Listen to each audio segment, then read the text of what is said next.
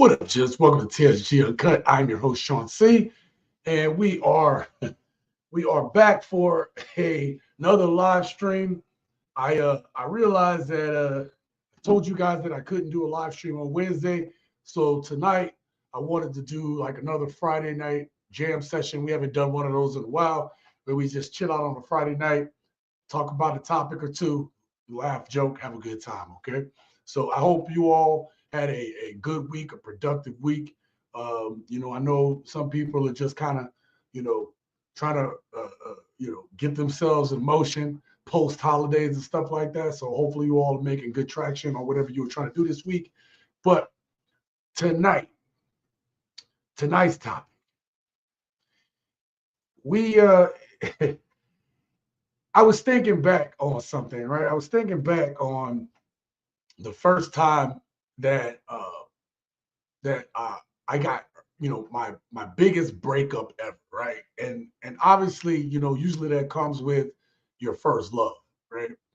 And I started thinking back on getting hurt by my first love, not necessarily going through all the details of it and stuff like that, because that's not really important at this moment to the topic, the specifics. But it made me think about how that one event, right, was the first domino that had to fall in terms of uh like in that development from being a teenager and then going through the process of being a man, right? Because not only do you have that teenage breakup that it kind of influences you going forward, but you also have that adult relationship, right? That one adult relationship you had that, things were going a certain way. And then when that relationship failed, it kind of, started changing your outlook a little bit, started making you kind of question things. And listen, some of us, put my hand up, right? Some of us put our hands on the proverbial fire. I mean, put it right on the fire, burn ourselves out, and then put our hand right back on the fire again. Prior to me coming on this live stream, one of the things that had happened prior to me coming on the live stream that made me start this a little bit late is there's a dude that I've kind of been knowing for the last 3 to 4 years. Kind of met him through the course of being, young new YouTubers, if you will, and this guy always has some problems. And so I'm like, yo, let's call him Billy, right? Billy has a problem. Billy has a problem right before my live stream, and I'm like, yo, hey, I got a live stream coming up. And so he's telling me about this stuff, and I'm like, I'm trying to be helpful, but at the same time, like I got so much to say, but it's kind of like I've already said a lot of this stuff to him before. It's like I'm telling him one thing and it's going out the other ear. And that's frustrating as hell when you're trying to tell people something to help them.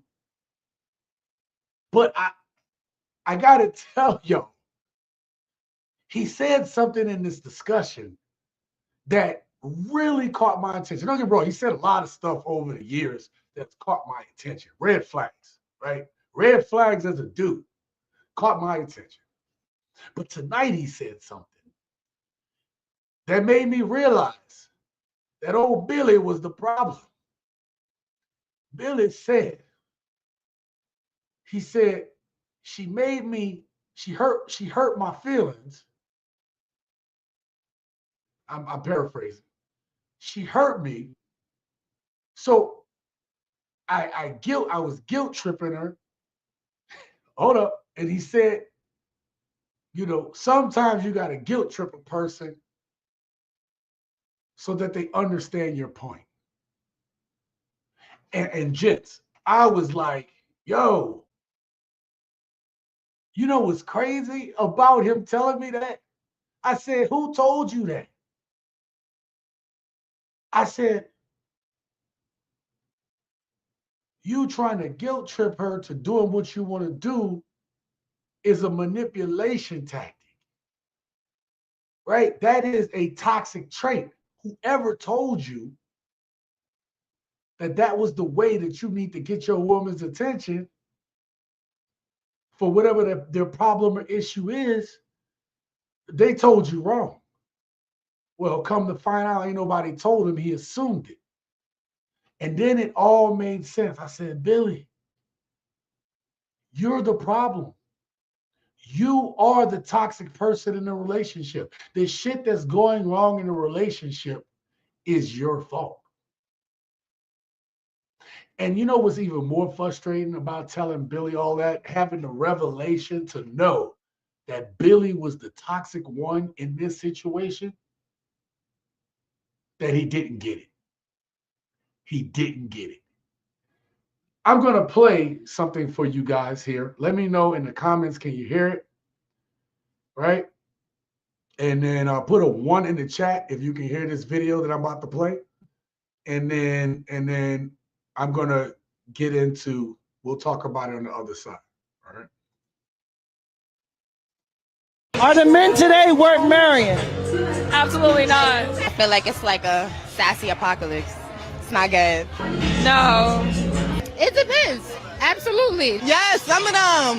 Yes. Yes, you just gotta find the right one. Are the women today worth marrying? They were shitting on my mother. No. I would say no for the most part. No, hell no. Nah, I'm sorry, y'all. No, it's not gonna work. Hell no, they ain't even worth spending $1 on one. Yo, did y'all hear that? Did y'all hear that? Put a 1 in the chat if y'all heard that. If not, I'll reset all this and play it again. But listen, both men and women feel like the other side is failing. Okay, both men and women feel that the other team ain't doing what they supposed to be doing. Now, okay, thank you, Justin. I appreciate you. Okay, yep. We was wolves. Thank you. You just reminded me I need to put these banners up. I'll get to that in a second. But let me I hear you. I hear y'all. Hey, Frank, I hear you, brother. Give me a second. We're going somewhere with all this, okay? Both sides feel like the other side ain't worth marrying. Now, the women, some of them actually was like, yes, some men are worth marrying. You just got to find the right one. You know what's funny to me? When you look at the videos about, like, do we need men? And in those videos, all the women in those videos say, no, we don't need men. But then when you go on the street and you ask men, what do they say? Men will say that, yes, of course we need women, right? We need women, they need us, blah, blah, blah. It's a symbiotic thing, right? That's why we have, men and women, male, female. We have these things because we need each other in some way, shape, or form. But it's funny with this marriage thing, you had a few women that were like, you know what? You can find it. You might be able to find somebody for marriage. That's fine. But all the dudes were like, nah, man, these women is trash, okay? And a lot of y'all feel the same way, okay? So we've been down this road. My point isn't to talk about that, okay? Some of you all not going to like tonight's topic. Some of you all not going to even appreciate tonight's topic, okay? Because my interest in tonight's topic isn't necessarily to go ahead and shit on women tonight. That ain't my goal, right? My goal is for us to look back at our journeys, okay? For us to look at us first. And then my intention is for us to talk and look at our journey, how we develop and come along as men, right? Look back so we can know where we're going and why men get to the point where why we think the way we do, right? Tonight's journey is about us, gents. Again, This may not be the topic that you guys want to hear, but I figured this was a good topic because, look, things have happened to each and every one of us, right? There's a reason that some of you guys may feel a certain type of way. Yo, man, you can't, they don't want to listen, this, that, and the third, right? Y'all have all these opinions. So do I. I got my feelings and my opinions and my thoughts on this whole thing. But the reason is I started thinking back and I just started laughing, man, just looking at the journey of being a young man trying to figure this thing out. And I wanted to kind of talk about some of those scenarios and situations with you gents, because as we talk through these things, you know, if there's any women who watch this, maybe they'll get a better understanding of where we're coming from. Okay. Even if they don't, again, I thought it was just funny to be able to look back, be able to talk about these things. Okay. I don't know what y'all sipping on tonight. Unfortunately, I'm just sipping on some Kool-Aid tonight. So my personal Kool-Aid. So, but I want to look at our journey tonight. That's my goal. My goal is our journey. Now I'm gonna play one more clip before I go ahead and shout out the gents, right? See who we got up in here tonight.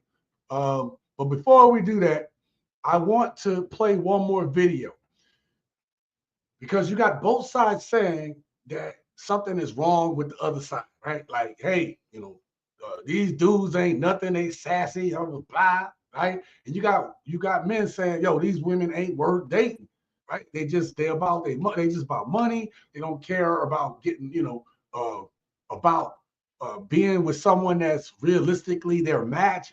Like, there's so many reasons. I know a lot of you guys are frustrated, which is why, to me, this next video is very, very important.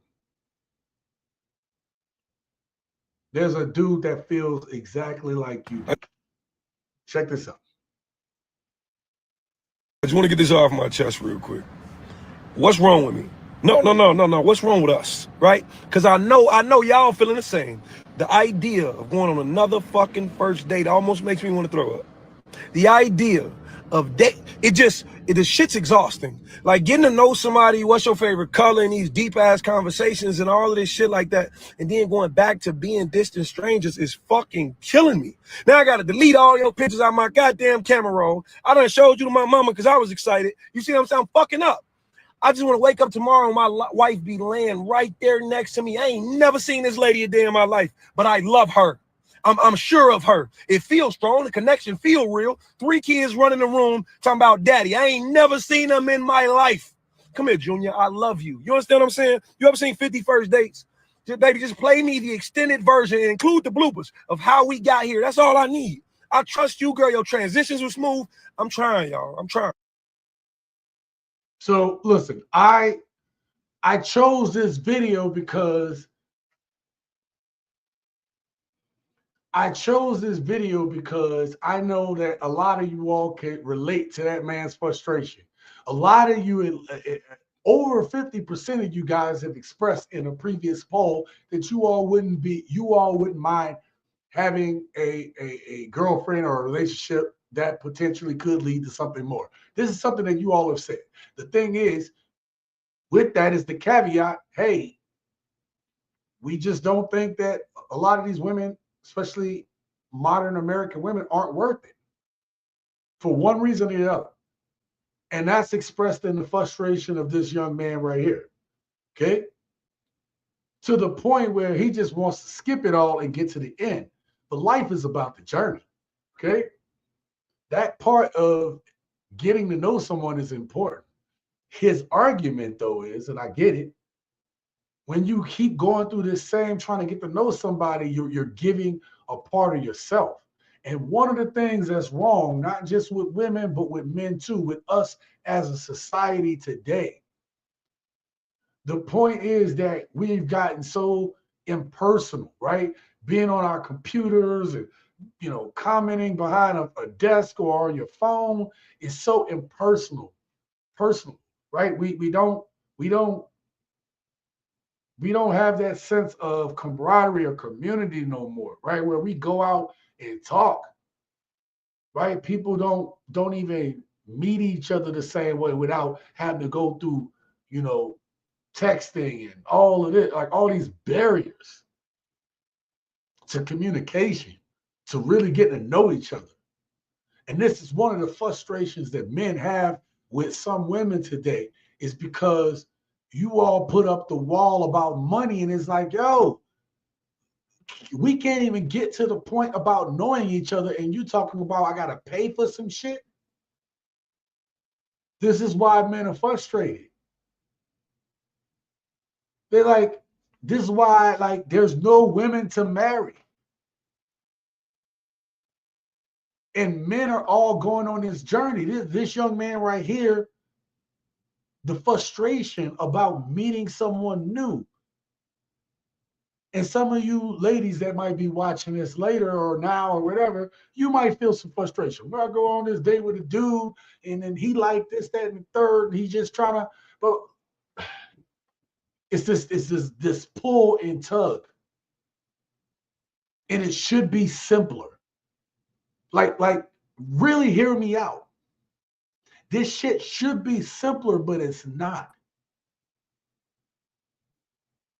And I think that's really frustrating too, right? It's frustrating that it should be simple. But why isn't it? Why isn't it? All right, before I get to y'all comments, let me see. I think I might. Do I have one more? Yep, I got one more. One more to play on the, the frustrations that a lot of you gents are feeling, that a lot of men are feeling out there. Look, I don't want to discount your feelings before we get into the topic. I don't want to discount your situations, why you might feel the way you do. That's why this channel exists, right? For us to be able to express that. But I need y'all to be patient with me tonight. I told y'all this topic is a little bit different, but it lends itself to us talking about the past. Okay? And I think I think we need to go back and talk about the journeys that we've all taken that we might find ourselves getting frustrated with. But before we get there, I just talked about it should be easy, but there's these barriers to finding and having your person. Let's take a look at this one more video, and I'm gonna get to you guys in a second. If you say I want a man that make $100,000, you eliminated 85% of all men.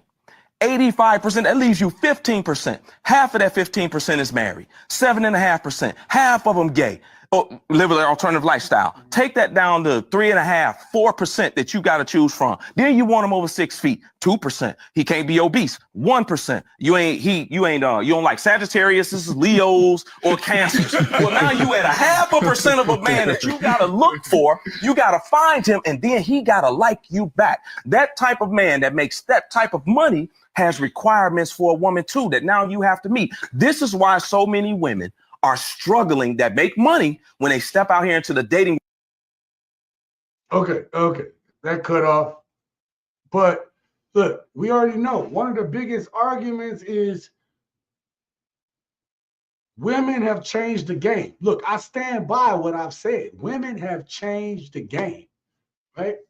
Women have changed the dynamics and wonder why everything is messed up. Now, it's not to say that some things didn't need to change. I understand. But men started responding. Men have started to make some changes. And if you are not meeting the men that are making those changes, then that's on you. That is on you. You all set the tone. Okay?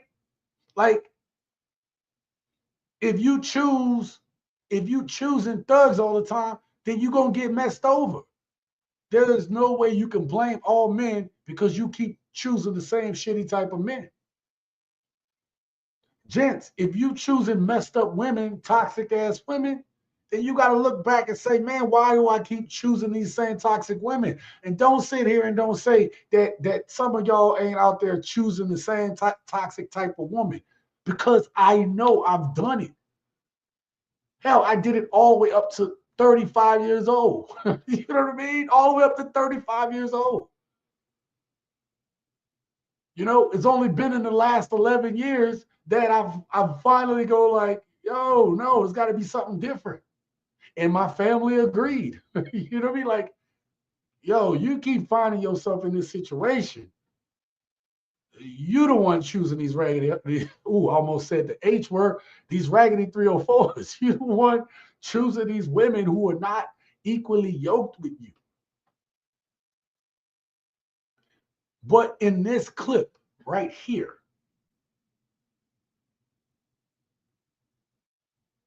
most men don't have a chance. They don't have a chance because they don't meet the dream, the vision, the build a man that women have made in their head. And women have spread that shit to each other like wildfire. And if one woman sees any woman with that man, with that type of man that they think that's in their head, they think that they have access to that man too, especially if that woman looks at the other woman and she says, she's not better than me. If she can do it, I can do it. So now you got all these women out here thinking they can get the same dude, or because some dude that was at this level, you know, basically knocked her stank hole off, and then now she think, oh, he blew my stank hole out. Now he loved me. Oh, I can got access to these type of men because he blew my stank hole out. Y'all can go ahead and quote that if y'all want to, right? All right. But you see what I'm saying? Yeah. Tolliver. Materialism, I'm assuming this means has brainwashed these women into delusion. Yes, I've said this before. Modern women are hyper-capitalistic. Oh, they've been fell for it, hook, line, and sinker. They've made so much money because of women in the market. We cannot go back. The greed is just out of control. And we've co-signed on it all. We've co-signed the greed.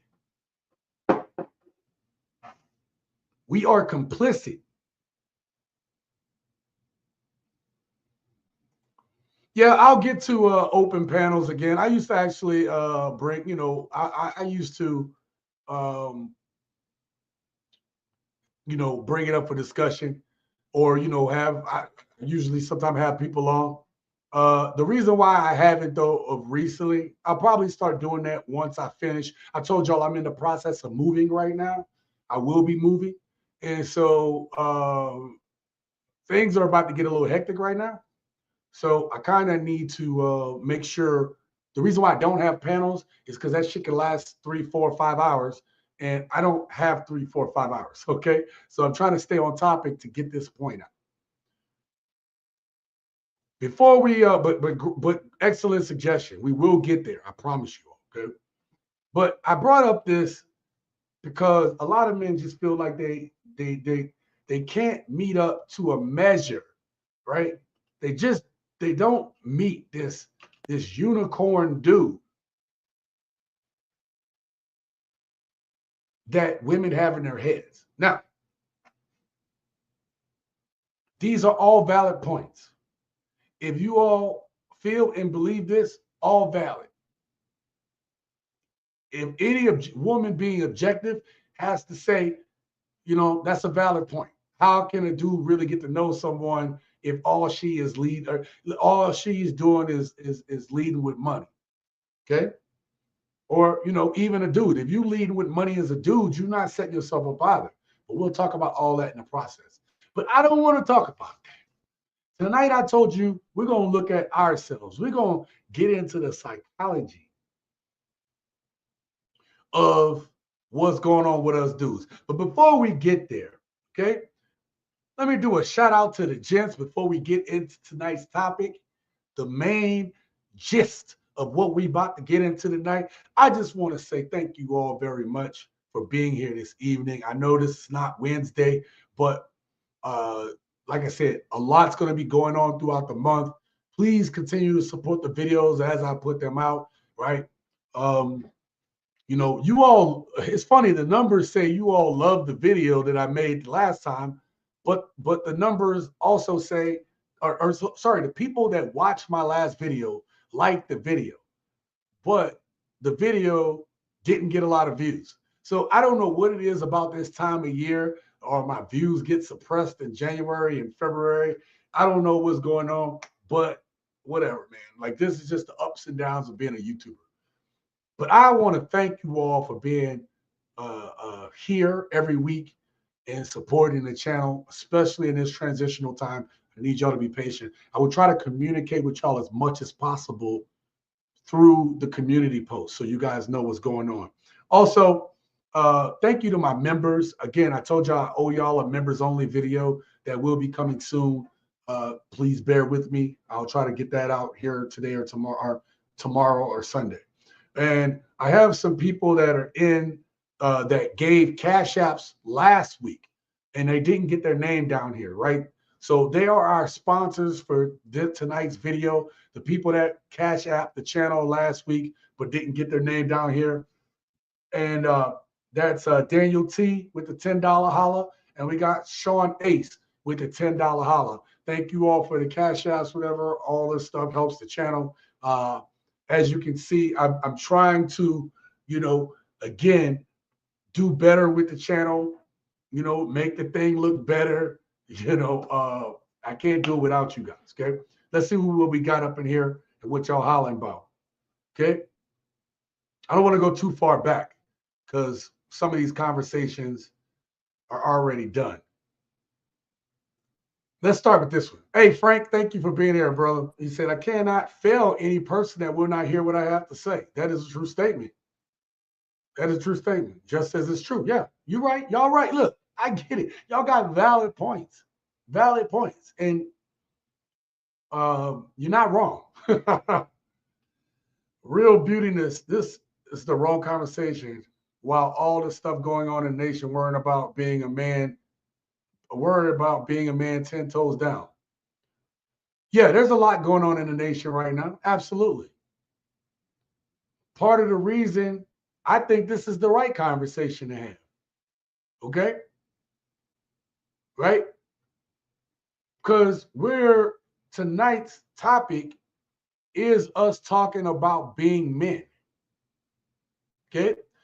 It's funny, you can't win for losing with you all. Okay. At one moment, it's like, well, why are you talking about us and this, that, and the third? And then on the flip side, it's like, why you ain't talking to the dudes? Like, that's what we're doing.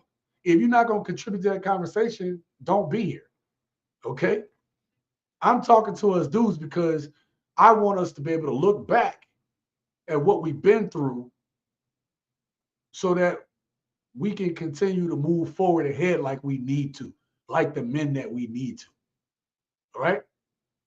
Now, if that don't concern you, why are you here? You know? No, the majority of men said no. Some of the women said yes. It's the women that are mostly the problem. All right, hear you? We are saving ourselves. Hell with your word. Pay attention to the nations around you and how they move while y'all talking on here. All right, world beautiness. All right. Facts. Pontiac, that logo got me shedding a tear for the 79 Grand Prix I own tonight. Bourbon and Coke here. All right, I hear you. I hear you. I understand, but firmly understand black men are already doing it, but black women don't give a F. Yes, there are black men that are doing it, but there's some that aren't, okay? And I hope us discussing this tonight, for some of the men that don't get it yet, I hope this discussion that we're going to have, at least this is my hope, whether it happens or not, I'm hoping that this reaches some of the men that need it. look, most of you guys are loyal to the channel. You're gents in your own right. You've already been through some stuff. You're already working on your stuff. But we have to have these conversations to help those who aren't at that mindset. Do you understand? And listen, to sit here and to think that men don't need this, don't need to hear these type of talks, especially where this is where I agree with real beautiness, right? Paying attention to the stuff around us, we need to get our shit straight. But we need to look at it. We need to look at it through the lens of how we've been talking about it. Does that make sense? So, just because y'all don't see the vision, don't mean that it's meant for you. Okay, that ain't my problem. Susie says personal socializing like we did in the 80s, 90s, and early 2000s. Oh, absolutely. Yeah, we need to get back to that. I say this all the time, Susie. I say that, like, look, I know some men who just have given up. They're like, yo, I don't want to be out in these streets. Like, there's nothing out there, blah, blah. And I get it. I'm not saying be out in the streets, but I'm saying that we are losing our ability to be able to go out and socialize. That's completely different from you being out in the streets and being raggedy. There are other ways to socialize. But you have men now who are even just scared to start up random conversations with people. That's a problem. We don't talk to each other. So now, if you ain't speaking to other people, there's a coldness that happens with that.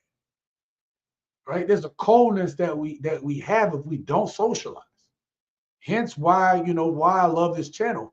Because we can come here and just talk about this stuff, whether you agree or not, whether it pertains to you or not.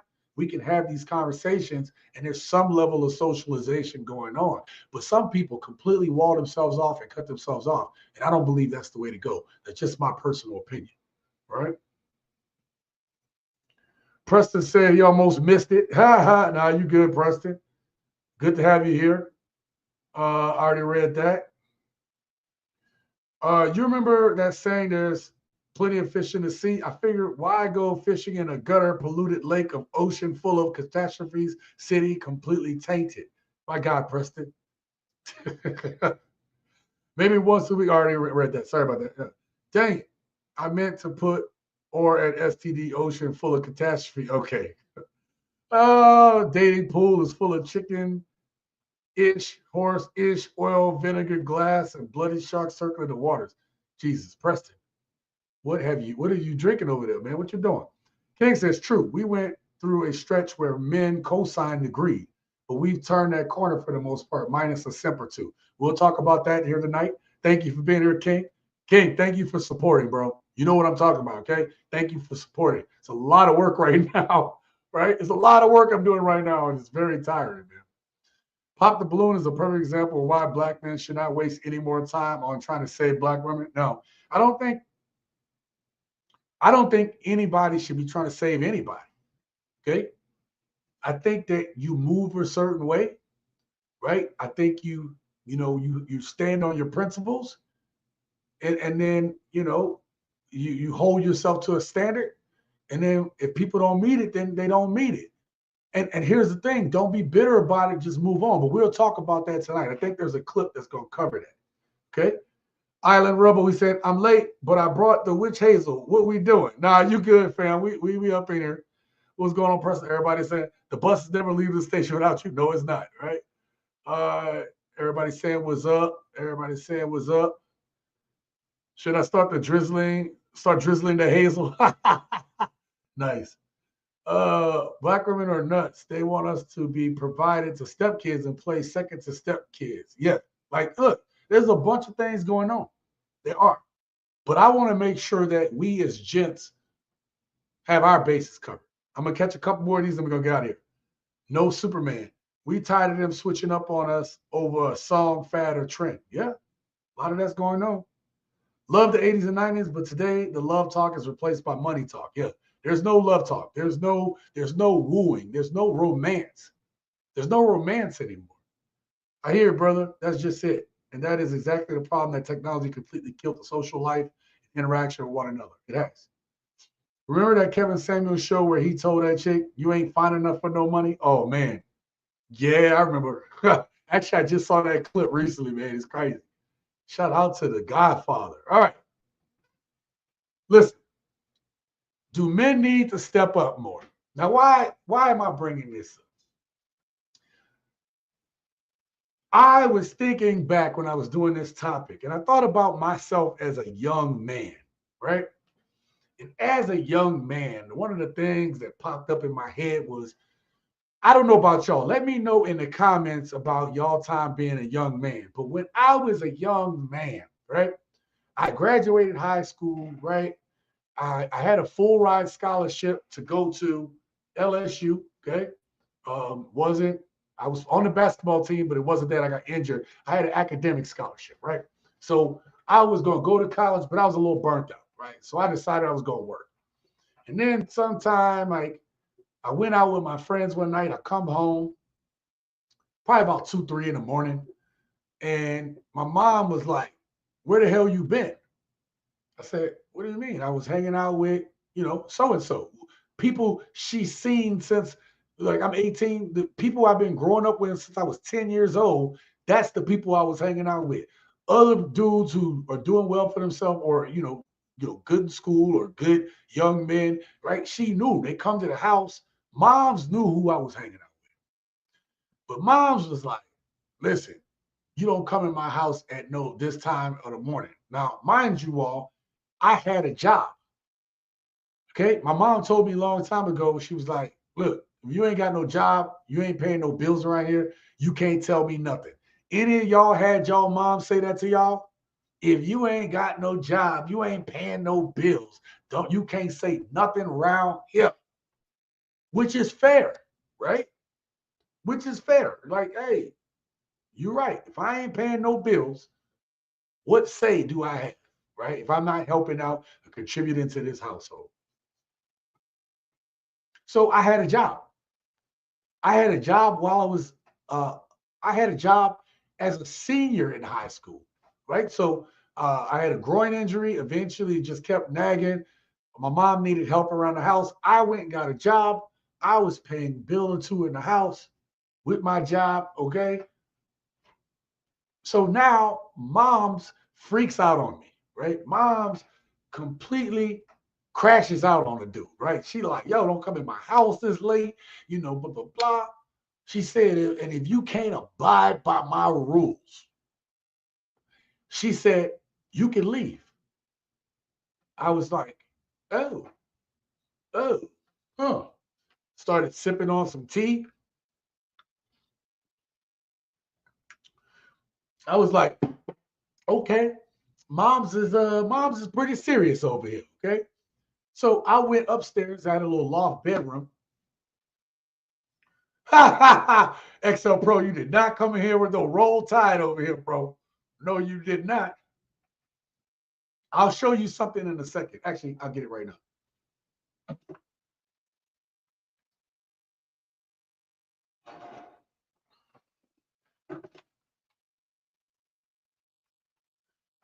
So XL Pro, first of all, shout out to XL Pro. I'm gonna get back to the story here in a second. But you see this patch right here? This was my second boat, my second submarine that I served on. Okay. So, and I'm gonna tell you, when I served on this submarine, LSU and Alabama were in the championship. And one of the guys in my division was from Alabama. And this dude had a thick ass country accent, bang, bang, bang, bang, gang, gang, bang, bang, gang, right? And we talked so much crap. But LSU was the first team to ever get shut out in the championship game. And I had to go back to work the next day and hear old country bumpkin talk all that mess. Jesus Christ. I'm going to tell you, it was terrible. Terrible. All right? So, neither here nor there.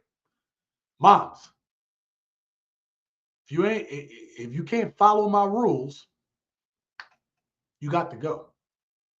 So I was, oh, okay. So I went upstairs. I grabbed some, actually I was in the kitchen. I grabbed a bunch of trash bags, walked up to my room, started just shoving my shit in bags. She heard the commotion. She decided that she is going to come upstairs, okay? And she says, what do you think you're doing? I said, I'm leaving. And she said, the hell you are. I said, you just told me that if I couldn't take your rules, that I could leave. So I'm leaving. I'm doing exactly what you said. All right? The moms that y'all love, that y'all see on video, me and her had this. Matter of fact, one of these days when I visit her, we should have that discussion about this, right? I'll post it onto the channel. But moms crashed out on me. But moms was going through a lot. She was going through a lot. We've talked about it since then. But I left. Right? Now, that was the last, I can't say that's the last time I lived with my mom. Okay? After I moved back from Mexico, I had no apartment. I had no car anymore, right? When I moved back to the States from living in Mexico, this is the first time in my adult life I didn't have a car. I'm making a point here. I needed my mom for a little bit, but I didn't expect to stay there. I expected to go back to Mexico or whatever country I was going to go to. And I didn't. But I needed my mom's. So we're going to watch this next video because one of the issues that modern women have with men is the expectations on when a man should have his own place. Let me ask y'all in the comments before I play this next video, when should a man, you can say an age, right? Put an age, okay? By what age should a man have his own place or at least be living with roommates in their own place?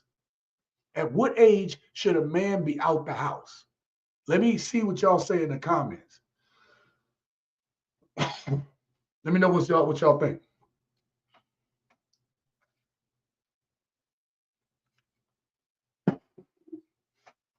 What the heck? Preston, what the heck, bro? What's that? We were in the middle of the Giants and Cowboys in 2007. Long story. Yeah.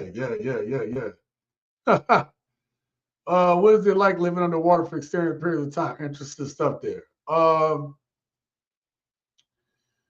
It's being on submarines is not for everybody. For some people, I don't think you can do it and not have be a little, right? Just be a little Lulu. I'm not saying you're really crazy, but I'm saying, I've gone 75 days without seeing sunlight. Let that sink in. Where the lights were like this, fluorescent lights, kind of like you see in most buildings, those fluorescent lights, right? They'll have you think that like when you watch these sub movies, it's always dark. And the lighting is like this shit in the background and everybody's sweating. Now, you got AC. I forgot to, I am so sorry. I forgot to cut off my phone. So they'll have you think you're sweating and stuff like that, but that's not necessarily true. Okay? All right, I see y'all got ages up there. I'll get to it in a second. Let me know how many people think at what age should men be out the house? Okay. That's the question right now. All right. Okay. I see a lot of y'all popping up. All right, gotcha. Okay. Yep. I see what y'all saying. Anyway, the submarine is air conditioned. The submarine is lit up. Except for certain times or certain areas or certain periods of time, but most of the time it's all lit up.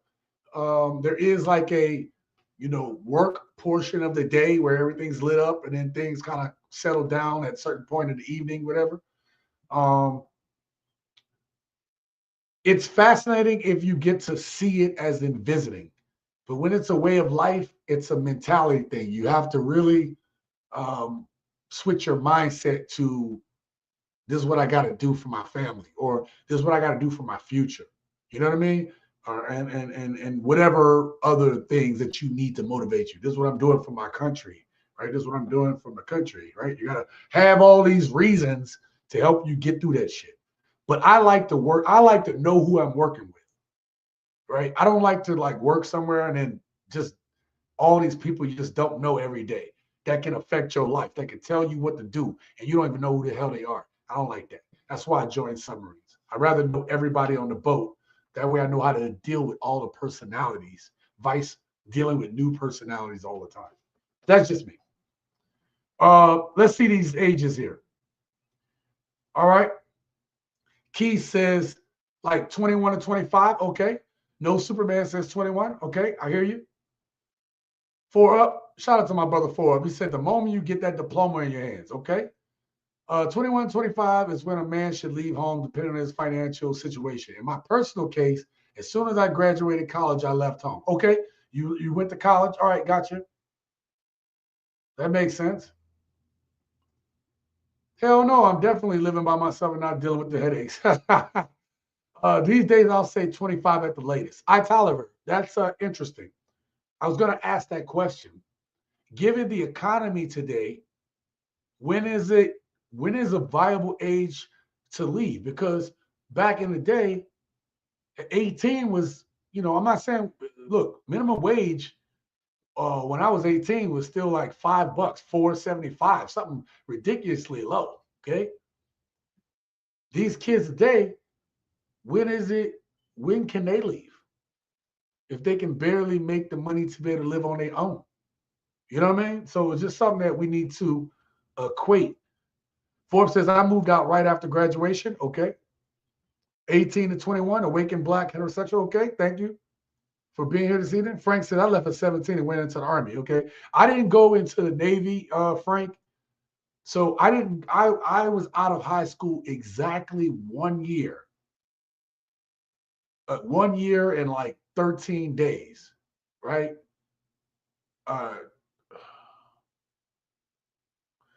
1 year and 10 days. And then I joined the Navy. Okay. So I was out of high school exactly 1 year and 10 days. And then I joined the Navy. So I didn't get in until I was like 19 years old. All right. At least 18. Okay. I ain't out yet. 31. Okay. Hey, we're going to talk about that.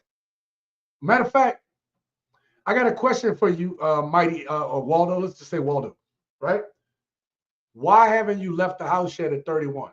No shade. There's no shade. I just want to know. Why haven't you left yet? Why haven't you made the effort to get your own place or get roommates and then live out on your own? I just want to know. Okay. I left at 19 and then joined the Marine Corps. Okay. Oh, that thing jumped big time on me. King says, I enrolled in the Army a year prior to graduating, left for boot camp 1 week after graduating. Okay. 4 was like 31. That's why I'm asking the question. I'm asking the question because I want to know the circumstances. It's important to this next part we're going to talk about. So please hang in there with me. Move out when you saved up and you're comfortable. The thing is to set yourself up to not go back. Okay? I hear you. I hear you. But I have a problem with you're comfortable. What about your parents' comfortableness, right? You're a grown-ass person and you still living in a house. When do your parents start being comfortable? When is it their turn? You're an adult now. Their job is to raise you to be a grown man or a grown woman, not to be taking care of a grown man or a grown woman. So again, no shade to anybody. I'm not trying to throw shade. I'm asking serious questions. But that when you're comfortable thing, that kind of irks me because look, my daughters are about to make 25 here soon, very soon. Okay. And we did that live together stuff. And I kept my rules pretty simple. But in the absence of, if I feel like you're not helping me out, if I feel like, hey, I made these rules as simple as possible. Simple ass rules. Like you have to be a moron not to be able to follow them. Or very, very lazy. That's another issue. Something that we need to talk about. Okay. And you know what? I'm going to get to some more of these comments. But before I forget, Oh, damn it. That's not what I want to do. There's one more video clip that I want to find. Where is it? Because it's going to be very important to this conversation. Oh, please let me find it. Oh, right there. Sorry, y'all. We're gonna get to this next clip in a second. I think that this is important to the conversation. Oh, it's gonna fit perfect. This video clip that I just pulled is going to fit perfectly right here. Boom, got it. All right, we are set up for success over here. All right, we are set up for success. All right, let me catch a couple more of these comments and we got to move on. Yeah, we definitely live in a home sharing type economy today. So kids today need some room and support. No, they do. Listen, I'm not denying that. They do need support. Okay, even when your kid moves out, if you want your kid to move out and be successful, if you don't want them to live with you, then they're going to need a little help to get on their feet to start living by themselves. They're going to need help. So they can either live with you, or you can subsidize them by them living with you, or you can subsidize them by living on their own. And I think that the sooner you get them out on their own is important. And we're going to talk about that. A late bloomer. Okay, we talked about that. Had to start over, and I haven't met anyone I can rely on besides my family. Okay. Look, no, that shit happens. Okay.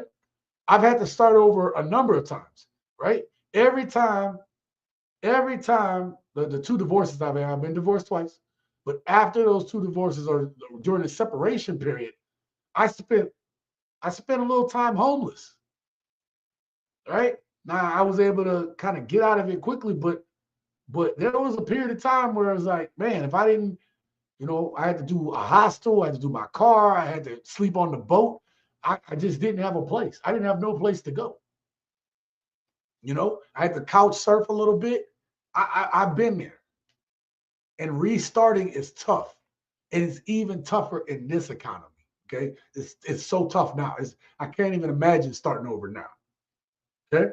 With today's economy, I tell my kids to stay until they're financially stable. Okay, that's fine. That's a choice. I was out before. Okay, no. Get it. Look, shit happens. I just want to know. Never become better than some. Always be the best you, for you, and only you. Okay, I hear you. When I say comfortable, I mean handle your business, contribute to the house, and make sure you're good. I'm not saying stay until you're 42, but you want to move out and be financially stable, not struggling. Yeah, okay. Yeah, I can agree to that. Depends on what type of child you raise, too.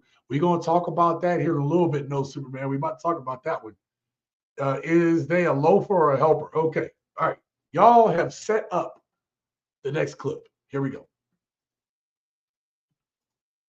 At what age do you expect a man to move out his parents' crib? 21. 22. I mean, at least by 24. Probably like 25. And 26. Maybe 25, 26. At what age did you move out your parents' crib? Never. 45. Bitch, I'm still there. I'm still in there. I'm on parole. I still live with my mom. I'm 30. I'm still there. That's funny. I did not watch that to the end. I did not see that one coming. So listen, in a lot of these scenarios, you had dudes still living with their parents, still living whatever, right? Still living with their people. So it's sad because now we're in a economy and in a society that young people, they don't have the same means, right? They don't have the means to leave. Now, the thing about it is that I was trying to do anything I could to get out of my mom's house, to live on my own. And sometimes I feel just kind of like with No Superman said, is they a loafer or a helper? And this is the part that makes me say, well, look, how are you trying to actively save to get out? You know, this makes you think. Is that child, is that young man, young lady actively working to get out the house? Are they actually saving? Do they have a plan? A lot of us don't know how to plan. I always talk about on this channel about men being on their purpose. And yeah, you can be like, oh, I'm on my purpose, blah, blah, blah. But like, how can you be on your purpose and you don't know how to plan, or you don't have a plan? Like, if you don't know how to plan, then you can't, you're never going to be a leader. How can you lead if you can't establish plans? If you can't come up with goals, if you don't know how to even lead yourself? Why is that important? That's important because we talk about in the sense of these women being wives, but one of our goals and one of the things as men that we need to do is we need to be able to lead our households. And if you are a man without a plan, then you plan to fail. All right? More like a freeloader or a useless taker. I left at 15. I was wild, but my parents raised me well-mannered, so I was able to eventually get out the streets. That's good. I don't think there's a one age for all. My son is 25 and about to graduate with his master's degree. He started from square one. I have no idea what his future will be when and if he comes home. Okay, gotcha. Jeffrey says, but what's their means? Are they investing, saving for a home, becoming debt-free? I can think of a million questions because I can't shame them because I don't know their circumstances. Absolutely. And right, there's no one size fits all, but it's one thing if you're staying home with a plan. I said that, right? If you have a plan, that's fine. But that plan needs to clearly be communicated to the people you stand with, which was mom and dad. Because again, don't they deserve, if you're a grown-ass person, don't they deserve to have a life free of you in their house all the time? Talk about mom, what you gonna cook? Because I'm hungry. What you gonna cook? Come on, man. I'm for sure on my way, not feeling down or anything, just not afraid to say where I am today. No. Listen, that's why we're having these conversations. I think it's important. Love your show, bro. Well presented. Thank you, No Superman. I appreciate it. All right. I just wanted us to talk about it. As long as he's come back safely, King, that's all that matters. Yeah, I agree. All right, look. So we talked about that. I don't want to stay on that too long. Uh-oh. What happened? Oh, there we go. All right. So look, the clip that I went to go get is in line. Okay, this is in line with where's the comment at? One of y'all said it.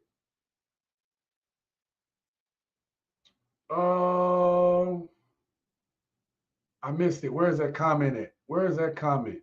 One of y'all nailed it. It was about what type of person are they? Oh, right here. No Superman said, is they a loafer or a helper? Okay, so part of this is going to determine what we see from our kids today, or the young men and young women that we see today. Check out this next clip. Check out. Now this clip, let me set it up real quick. This clip seems like this kid got a mom and a dad at home. So if they act in this way, this is a complete failure to me. If they got a mom and a dad at home, no kid should be acting like this. Check this out. And let me know what y'all think about this, because I know y'all gonna have some opinions on this one. Check it out. I wanted a Samsung, bro. Hey, what the heck? Oh my! Why y'all always doing this, bro? Every year y'all do this. I don't want no Hisense, bro. I'd say I wanted a Samsung. This not. I can't play this.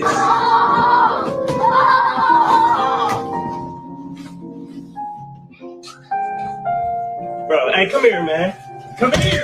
Hey! Get up, go outside. Fuck is wrong with you? Well, look, I hope that ain't the real dad. That better be. That look like some stepdad territory. Like, Ninja, if you don't get out of here, getting us this old ass system. Yo. Yeah, hey, I'm gonna run that back. Let's take a look at it one more time. Let's take a look at it. I wanted a Samsung, bro. Hey, what the heck? Why y'all always doing this, bro? Every year y'all do this. I don't want no Hisense, bro. I'd say I wanted a Samsung. This not. Oh yeah, hey. Let me. King said they can't have black parents. Hey, if you look at them in the background, they look a little mixed. Let's back it up. You see a little. You said the background. Hold up, he crashed out. Why y'all always doing this, bro? Every year y'all do this. I don't want no Hisense, bro. I'd say I wanted a Samsung. This not. I can't play this. Hey, he black. Bro, hey, come here, man. Come here. Hey! Bro, get up, bro. Go outside. Fuck is wrong with you? Yo, that's crazy, bro. That's some crazy work right there. Yo, man, I'm gonna tell you.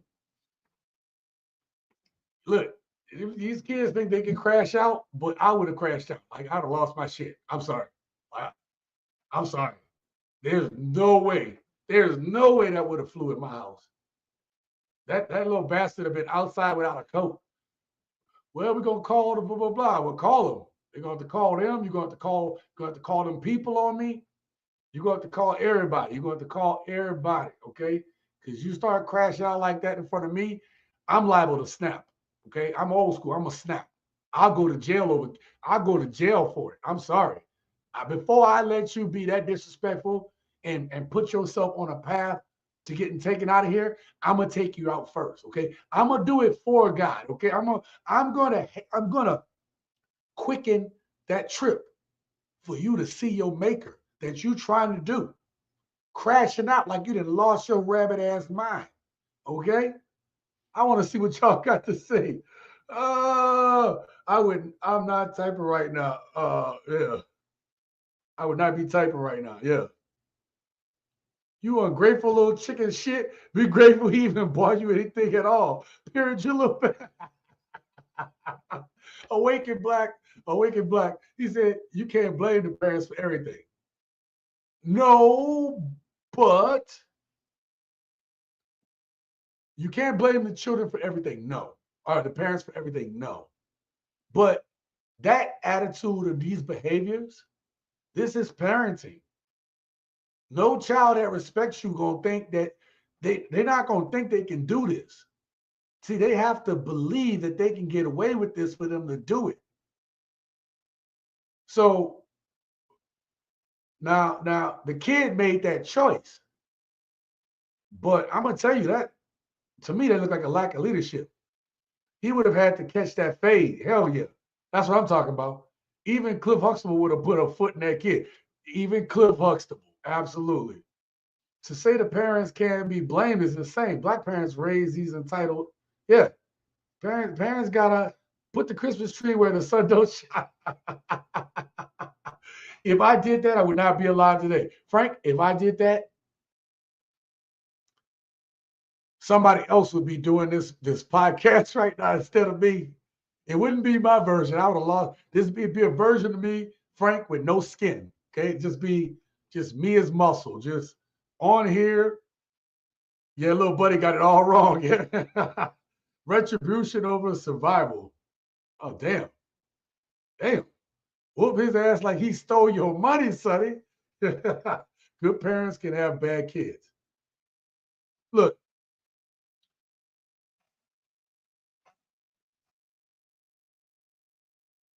I don't know if I believe that. Hear me out. I think good people could have bad kids, but what is parenting? Parenting is you teaching and training your child. Okay? You can't say good parents and a bad kid. Because if you have a bad kid, then this probably wasn't good parenting. I'm sorry, listen. I was in the military for 20 years. And my last assignment, I had 200 people working for me. Nobody gave a shit. Hey, chief, your dude was fucking up over here. He was over here not doing what he was supposed to do. And I wanted you to know. Now, I'm a good leader, but I can't be everywhere at one point. So if I'm a parent and my kid is doing something they ain't supposed to do, I can't be everywhere at one time. But once I know that they're doing something wrong, parenting is you actually correcting the behavior. You instructing and teaching that child what they're supposed to be doing. You teaching your sailor, hey, this is what the hell you're supposed to be doing. And then showing them the consequences of their actions. That is parenting.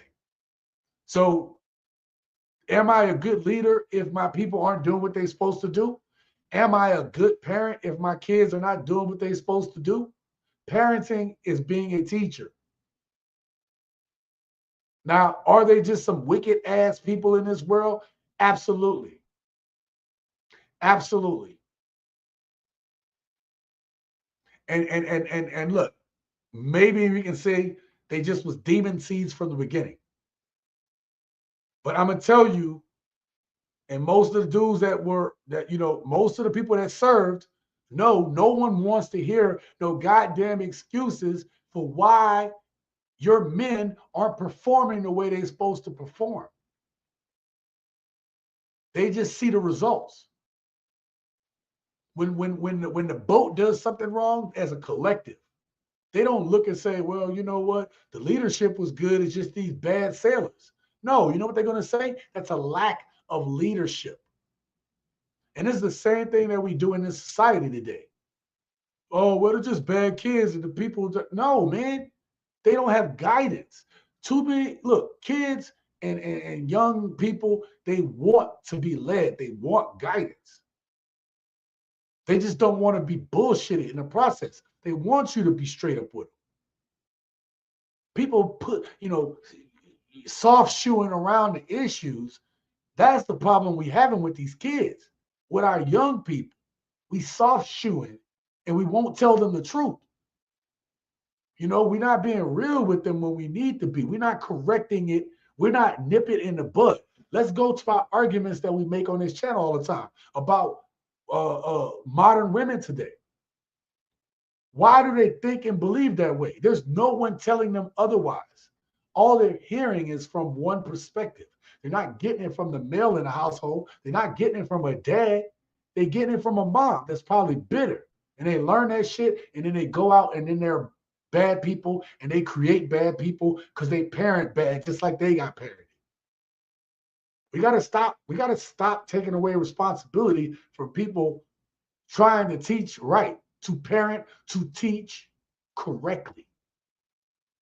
Again, this topic, there's a reason I chose this topic, because we need to get to the root of it as men. Talk about this stuff.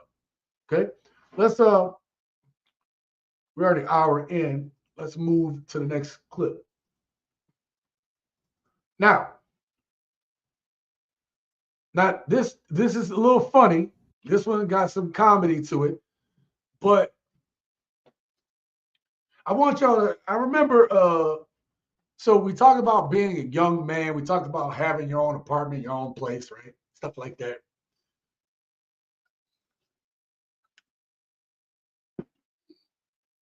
Now I had a wife when I was pretty young. My first wife, I was really young when I had my first wife, right? I was like 19 years old. I didn't really get to live on my own until I was about 22 years old. That's when I lived on my own, right? Or 22, 23, something like that, right? But 22, I was still out, right? I was living with other people, roommates and stuff like that. And then eventually I got my own apartment. My first apartment by myself at 23, okay? Now, mind you, I'd already been out the house since I was 18. But why am I telling you this? one of the things that I knew from growing up with my mother, the one y'all seen on this channel, is I didn't leave the house a mess. She had a thing about, hey, make sure the house is always looking clean so that if company comes over, it don't look all jacked up. And that's the way I was taught by my mom. And she'll tell you, like, hey, Sean was a pretty neat little kid. He was a neat kid. And because of that, like, my mom was right. My mom was like, she was right. Why would I want my friends to come over to my house and it looked like shit? Now, listen, I grew up in the hood. Okay. I've gone over to my friend's house before.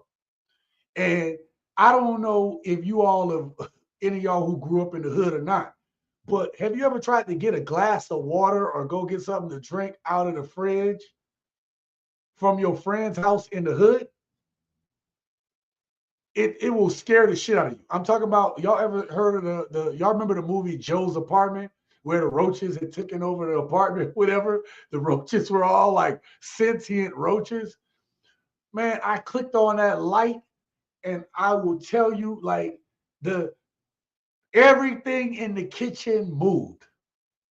Everything. Holy shit. My mom was like, shake them clothes off before you get up in here. Shake all those shit out, okay? You ain't coming back up here bringing they roaches from over there over to him, okay? My mom was real big on that one, right? So, I don't know if y'all had friends like that in the hood. I'm talking about, like, the whole kitchen shit was just running around, scattering. Hell, the roaches in the hood are so gangster, you cut on the light, it moves, but they don't really go nowhere. They still having a party in their congregation. They're like, yo, can you make it quick and cut that damn light off before you leave up out here? Okay? You cut that light off and stop bothering us. We having a party up in here. Are you gonna contribute? Or you gonna put some money toward my 40, homie? Yo. So what am I getting at with that?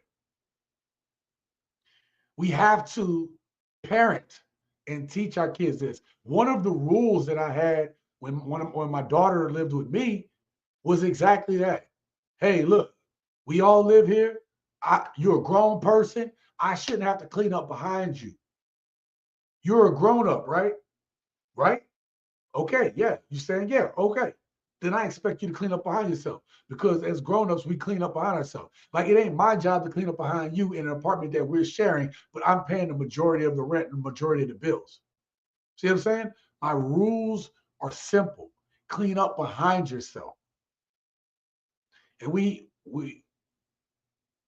have people that don't know how to do that, whether they've never been taught, but I think it's parenting. Parenting will have you be that way. Okay?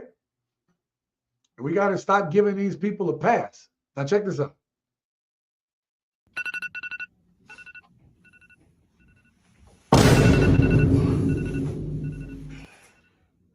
Oh, yeah, it's lit. Oh, it's that time of year. We outside. Yeah, yeah.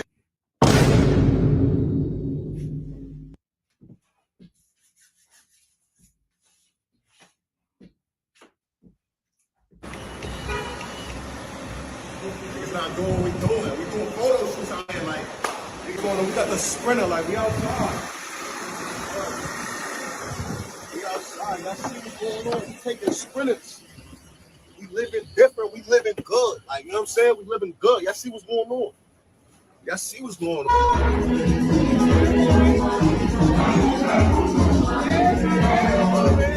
Niggas not doing bottles, nigga. We doing bottles. Yeah. Yes, come through. Good. Come through. I'm in the crib. Hello. Why did I show y'all this? Why did I show y'all this? Why did this video get made? This video got made because this young man was trying to show the truth, right, in this skit, but he's trying to show the truth that we have some men who live just like this. Now, I understand the argument. And ladies, we try to, for you ladies that are listening, we make the argument that a man could be happy with little. Look at that. This dude ain't got a bed, he got a pallet, right? When I had a pallet, actually, it looked like a blow-up mattress that he was too lazy to blow up or it got a hole in it. I thought it was just a pallet, but that is a blow-up mattress. Yo, that is a straight blow-up mattress. That is crazy work. He either too lazy to blow it up or it's flat. That is crazy. Yo. Right. King said, let me catch some of y'all comments on this. Telling anybody come through is wild, right? Dude, clean your house, you lazy ass louse. Crown fried chicken boxes everywhere. Yep. They're not doing things. They're not done. Things can change in an instant. I've seen this. Right. The gangster roses will cut you and say F you. Yeah. Black kids have the highest percentage of rate of being fatherless. Yeah, absolutely. Black women are the only women that don't want to be led, especially by black men. That is why they in this condition by choice. We show some of that. Poor choices and bad guidance and leadership are the reason that these kids are doomed. They're done for. Okay. What you got here? No, they not mental. They just need dads, not meds. Yep. I don't believe in the meds thing either. I was raised around men that wore slacks, button-up shirts, loafers, and would beat the brakes off a kid that's disrespectful. Absolutely. So maybe the kids have mental issues, anger problems, foster kids that have been abused. Listen, those are other ones. Yeah, you're right. Those kids could have been a whole bunch of situations. But there are kids like that just in regular situations, and they just don't have the guidance. You know what I mean? But listen, my toilet is cleaner than that. Hey, I was like that after the military. Minus doo-doo stains in the drawers. Hey, into the Deep End podcast. Yo, thank you for being here. Yo, man, if you've been in the military and you've had people telling you to have a clean uniform and to be in ranks and to be organized, do all this stuff, bro, like you should have learned some cleaning or whatever. Like if you look at my bed right now, there's something I do every morning when I wake up. It may not happen right away, but it happens within like first 10 or 15 minutes of me waking up. But I make my bed, right? I might go to the restroom first, do my little business, and then when I come out, I make my bed. I do that shit every day because there's a book called, I think it was by an Army officer or some type of officer, but I think it's called Make Your Bed. And then he was saying that in that book that making your bed is should be the very first thing you do every morning because it's going to show your brain or you're telling your subconscious that you're accomplishing something right off the bat, right? You have a task and you accomplished it first thing as you wake up, setting the tone for the rest of your day, right? So just a thought. Man, hey, the doo-doo things is wild, man. Look. Yo, that's wild. That is some wild work right there. The shirt got sweat stains. What the heck? This brother gives a new meaning to fake. Fake it till you make it. Yeah, fam. This is crazy work, bro. Yo. Oh man, that's pretty sickening. Look, my whole point of showing that video was the fact that we have men who need guidance, right? Like, much respect. If he got his own place like that, that's much respect. If you decide you're not going to furnish it with much shit, much respect. But man, you can't have a little space like that with barely anything and have it dirty too. Like, and then go out here and be flexing like you're doing something. And let's get it straight. we already know that women do that, right? Women will sit on top of people's cars and be taking selfies like they live in this high life. We already know that. But like you got dudes that be stunting too. So again, I'm talking about us tonight. Okay, we're gonna. I got video clips because this was supposed to be. I was gonna add some other clips about some stuff with the women to talk about back and forth with the dating thing. But I thought to myself, I was like, you know what? I'm gonna make a whole separate video on that, like its own video. So look out for that one. That's my next video where I show y'all some stuff that a therapist says. Okay, that's gonna be the next video coming up, right? That this female therapist says. It would tie into some of this, but I saw enough of these clips where it's about us and our behaviors and how we move that I thought tonight's live stream was pertinent to that. So, all right. Let me read this one. I had a nasty battle buddy and I got in trouble behind him. Itching powder changes everything. Yeah, listen. If you had a battle buddy or a shipmate or whoever branch of service you call your, whatever, right? If you two were supposed to be linked together in doing something and one of you slacked off, you both got in trouble for it. That's the way the military punishes people, right? It ain't like, well, he did it. It ain't like that little shit people do with your brothers and sisters. Like, oh, he did it, and then that person get in trouble. No, in the military, if you linked with somebody, y'all both get in trouble. So how do we correct things in the military, right? If somebody wasn't getting it, the Navy or the military expected you to put some peer pressure by you getting in trouble all the time too for this person, then the military it knows that one of the most effective ways to change the behavior is to have the like-minded peers put pressure on them.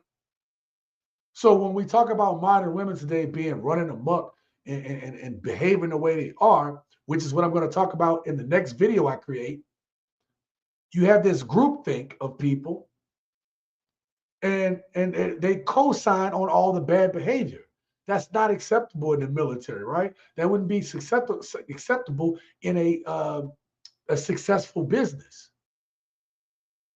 The reason why people are acting the way they are is because they don't have that peer pressure of telling them this shit is wrong. People are co-signing on that dude flexing instead of, but not telling them like, oh man, you got your own place. This is real cool. Nah, you should be like, nigga, you is nasty. Look at this place, man. There's chicken boxes and bags all over the place. Man, you a nasty nigga. Like if that don't, excuse me, I dropped the N-bomb. I normally don't do that, but hear me out. But that's what you got to do. That's what you got to tell some people. Like, yo, man, I can't roll over here no more, bro. Why not? Man, because you just nasty, bro. Like, you trifling, son. Like, I don't want to hang out with nobody that's trifling. You got to put peer pressure on people, man. And a lot of people just scared because they don't want to get like, oh, well, he don't want to hang out or she don't want to hang out. Like, you got to put pressure on people, man. I told you we bringing back shame in 2025. Am I my brother's keeper? Yes, I am. Oh, I'm bringing back Nino Brown, baby. I'm talking about I'm passing out turkeys of shame and wisdom on people this year, okay? I'm passing out them Nino Brown turkeys, baby, okay? Them Nino Brown turkeys of shame and disappointment. Correct the mistakes that you made and learn from them. Yep. All right, let's get to the next video. So now imagine you that young man in the last video clip, okay? One thing I remember, y'all, is I had when I moved to New York, I was 25. I was about to make 26 years old.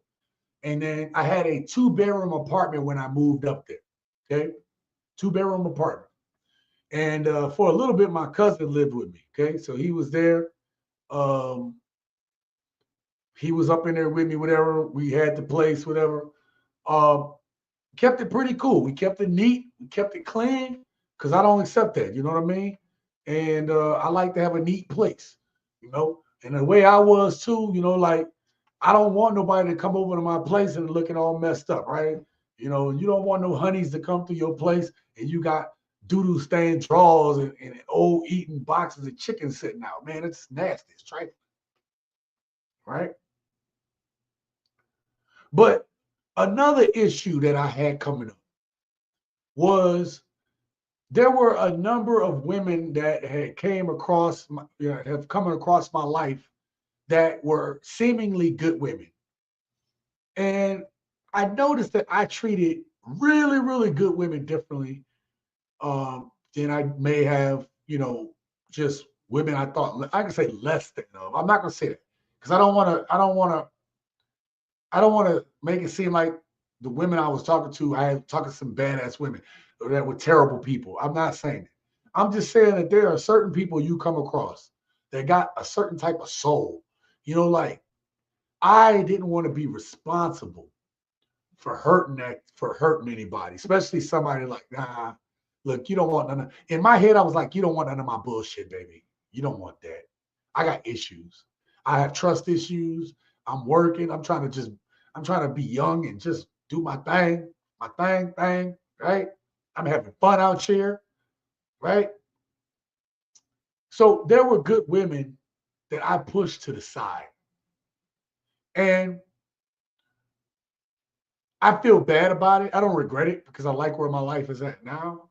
But I would say that if I had any regret, like it would be hurting them, right? And that wasn't my intention. I was just a young man trying to figure it out. Check out this next clip. You walk away from a good woman just because you know you. You'll stay with a whore because she'll never know who you are.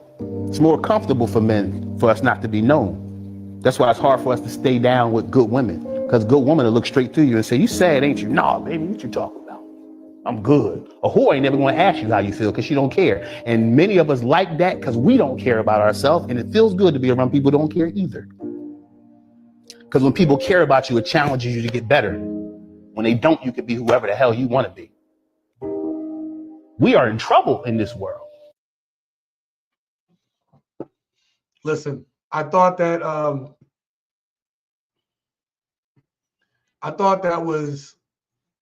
I saw that clip and it just reminded me of the period of time where I just wasn't ready for the good women that came across my life, you know?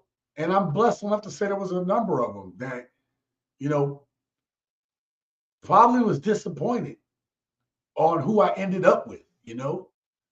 And it made me realize that I was selecting toxic people because I'm gonna say because I was toxic. Though some people do that, right? Like they will select toxic people in their life because they have toxicness in themselves. And to some extent I did, but that's not really why. I think I did it, if I'm being real with myself, right? And then just everything that I know about me now. I think I chose certain people because I didn't think that I was worthy of having that good person in my life. I know that sounds crazy, but it's like this person is such a good person, and I don't feel like I'm a good person. I don't feel like I deserve that. Like you deserve better than what I can give you. And I sold myself short, man, because I was worthy of that. And I did deserve it. But like when you have toxic people in your life telling you otherwise, you believe otherwise, man. And here's the thing. My family wasn't toxic where they told me that I'm a piece of shit and I was nothing.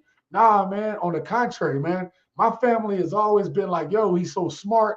He's always doing this. He gonna do great things. Like I had is this the the dysfunction that I had in my family, because every family has dysfunction. Despite the dysfunction that existed in my family, they pretty much told me I could do anything I wanted to do. But somewhere on that road, right, we talked about, and the very first thing I talked about when I started this live stream was that first breakup. that second breakup, that first breakup as an adult. And I talked about how those moments impact you going forward. I started off the live stream talking about that first breakup and how essential it is, because when you fast forward to when I'm in my mid 20s and mid to starting to get into my late 20s, and I'm coming across good women that seemingly probably deserve the chance, that seemingly, you could say theoretically I'd be with right now, right? In theory. Okay.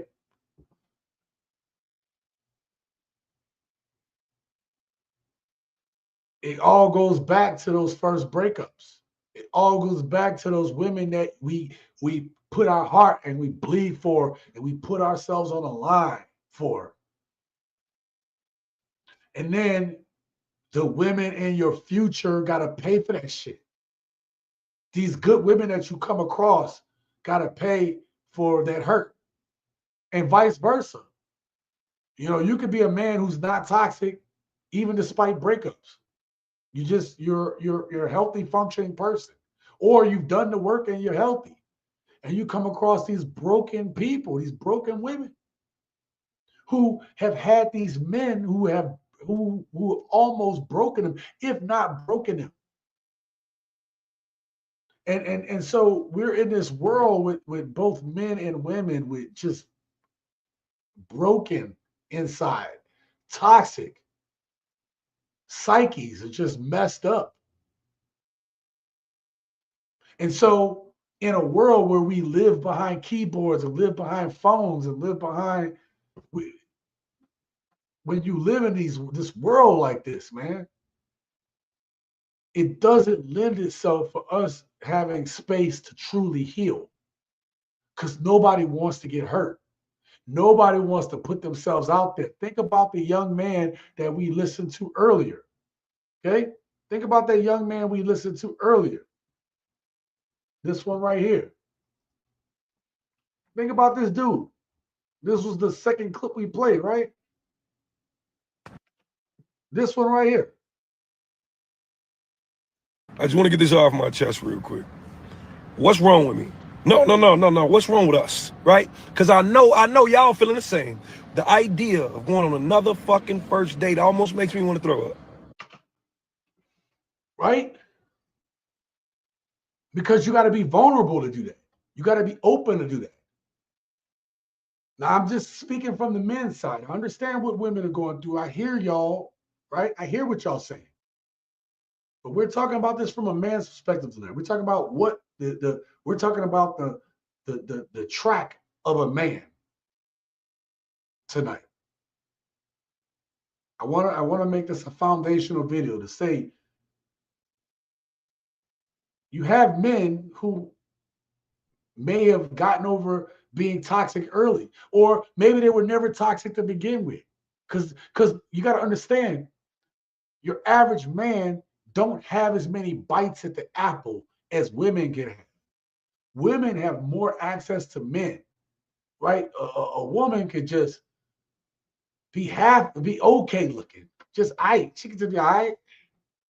Well, she got nice legs, right? Like some man will give that woman attention, whether it be good attention or bad attention. But for most men don't have bites at the apple like that. I don't think women realize that when we talk about the difference between men and women. Women, even a busted ass looking woman gonna get more attention than an average looking man. She has the potential to. It's not the same. I'm not justifying anything. I'm just saying it's not the same.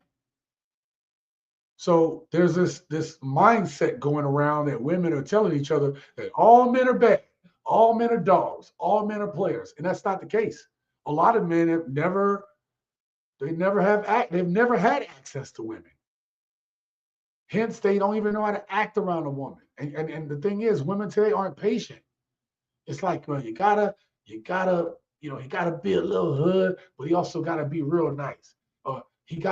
Women gotta want him, but he can't cheat on me. And he got to have all this money and 100, 6 figures, but he need to be able to spend time with me all the time.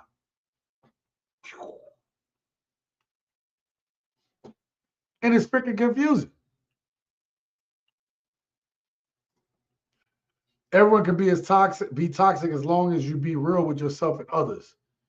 We shouldn't even really be talking to nobody if we toxic. You know what I mean? Work on that shit. I got hurt at 18. I dated to check my ego. I spiraled into womanizing because I didn't have standards. I did the same thing. I didn't stay on a path of womanizing. It always happened as a result of being hurt. It always happened as a result of someone, especially after my divorces. Like, this shit just broke me, man. And I wasn't trying to be like, oh, I'm gonna get all these women. I didn't think of it like that. I was like, you know what, man? They obviously don't respect me enough to respect the type of man I'm trying to be. So it's the question I pose to you all the time. Why be the good guy? Why be the good guy? It's so easy to be the bad guy. And then it goes back to what In Too Deep just said. At the very end, I didn't have standards. And as a man, once you start getting those standards, you're not going to compromise your standards just to be something you're not. You'd rather just be alone. Because to compromise your standards to be something that you're not is even worse. Because you're living a lie. You're not going to feel good about that shit. I'm pretty sure nobody wants to end up being alone, but in a way, what choice do we have when women say that they don't want us or don't need us? We're going to talk about that, Preston, in another video, because I think I need to address that. I'm going to address that in a video, because I want you all to know that you have options. It's just that the options are going to take a little work to get to. It is. We're talking about part of those options now. Part of those options is to be the man you need to be and have standards such that you can weed out. You can weed them out. Now it's going, look, as a man, because you don't get as many bites at the apple, you're weeding out a lot. But you never know when you're going to find your person. Okay? And in the absence of that, you have to also realize that the United States is small in comparison to the world, right? When in doubt, look outside of your city. When in doubt, look outside of your metro area. When in doubt, look outside of your state. When in doubt, look outside of your region. When in doubt, look outside of your country. When in doubt, look outside of your continent. Right? United States has what, roughly 100 and something thousand women, 150 something thousand women, 170, 165,000 women. Some of those are taken, obviously, but just hear me out. When you have billions, you have billions of women around the world. Okay? Come on. Shout out to Awakened Black Heterosexual with the $10 holla. 54% of Black men are not married and do not have any children. Black men are stepping up their game. I'm not taking away from that. I'm not.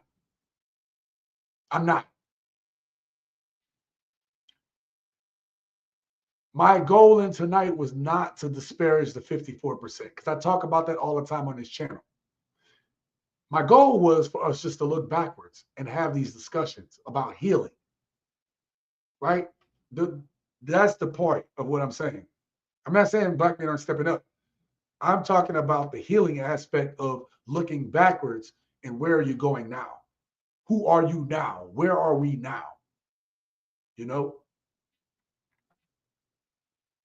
So that was my whole point. That's a big thing that I was trying to get across tonight,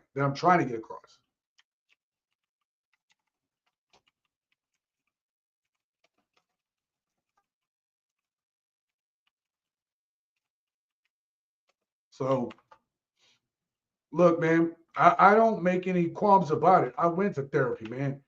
I found myself in a broken place because I hadn't dealt with something that was very traumatic to me, along with some other things I hadn't dealt with, and I had to go to therapy. And I went to therapy for almost a year. You know, I think it was like 7 months, 8 months, something like that. 8 months. Huh. It was a while. It was a while. It might have been close to a year. But here's the point. I went to therapy. I got everything I needed. You know, I realized that I learned that I had a lot of good tools for uh, like I say, coping, but for dealing with problems, right? Listen, you're not going to get away from being problems. You're going to be sad some days. You're going to be happy some days. You're going to be down some days. You're going to be up some days. That's normal. Do you have the tools to get yourself out of these scenarios that will cause you harm, right? King, I didn't miss you. Tupac in the suit. Talk about yeah. Women say they don't need us, but when things get tough, they say we don't help them when they need help. Yeah. Well, we talked about that on the channel, right? Ain't no man want to help nobody that he don't feel vested in. Is that right? Back in the day, there was a thing called chivalry, right? Where somebody would be in trouble and you didn't know them, but you just did it because it was the right thing to do. And now we live in a society that, hey, man, men are so jaded and you have so many women talk about, I didn't ask you to open my door and blah, blah, blah. And that's not fair to the good women that deserve that, right? But it's just to say that so many people are jaded now that men are like, look, I'm not going to help anybody, right? Because I'm not about to get no case called on me. You know, salute. Yep, salute to him. Yep, for the $10 holler. Press says, and that's another problem that men get shamed for just that, having standards and boundaries. That you can't worry about that. Listen, as men, we cannot worry about people being upset at our standards. As men, we can't be upset that people don't see our vision. Again, you're a man. We're gents here. Okay, we're gents here. We are men on a purpose. We are men that are working on our purpose. That's why we're having this talk, so that other men can see this and then they can understand that, yes, like, look, you're going to come through some opposition. Yes, things are going to be hard sometimes, but we are men of purpose. And because we are men of purpose, we move a certain way. And we move in a way that, yeah, we got naysayers, right? Y'all know I get hate all the time, baby. Okay? I get hate all the time. But people's hate doesn't stop me from doing what I'm doing. If anything, it motivates me to go harder. So we can't worry about that. What degree did you get at LSU? I did not. So I had a full ride scholarship at LSU, to LSU academic. So if you graduated with honors in my state, then you got to go to any state college for free, right? So you go to LSU, you go to UNO, right? University of New Orleans, and I as I've stated earlier on the live stream, I decided hey, I want to just work for a year, take a break off from school. When that shit got tough, I joined the Navy. So I did not get a chance to go to LSU. Some of my friends did. A number of my friends went and got their degrees there. I did not. But I still rep it, right? This was my college. Okay. So but while I was in the military, I did go to college for human resource management. Okay. So did that. And then I also have a bunch of training in engineering, nuclear engineering. Military is better. Thanks for your service. Oh, absolutely. No, listen. Beach material, let me tell you, I am very grateful. Even though looking back, like, I'm glad I'm done with my service. I'm glad, right? But looking back at it, it gave me stuff that college would not have been able to give me. And the biggest thing is that leadership, right? Leadership, mentorship. Yeah, I had a few men in my life, but like in the military, especially being on submarines, like my mentors were other men of varying ages that were giving me their life experience, teaching me, taking me under their wing. This kid from the hood whose dad was only around sometimes, you know, I had men as influences in my life, coaches, stuff like that, neighbor across the street, Mr. Vancourt, older gentleman next door. I had men in my life, but my uncle, right? So, but this was really specialized training, really specialized or really personal time working with someone in such close confined space, going toward the same mission. It's huge. You can't put a price on that type of mentorship to become a man, to become a leader.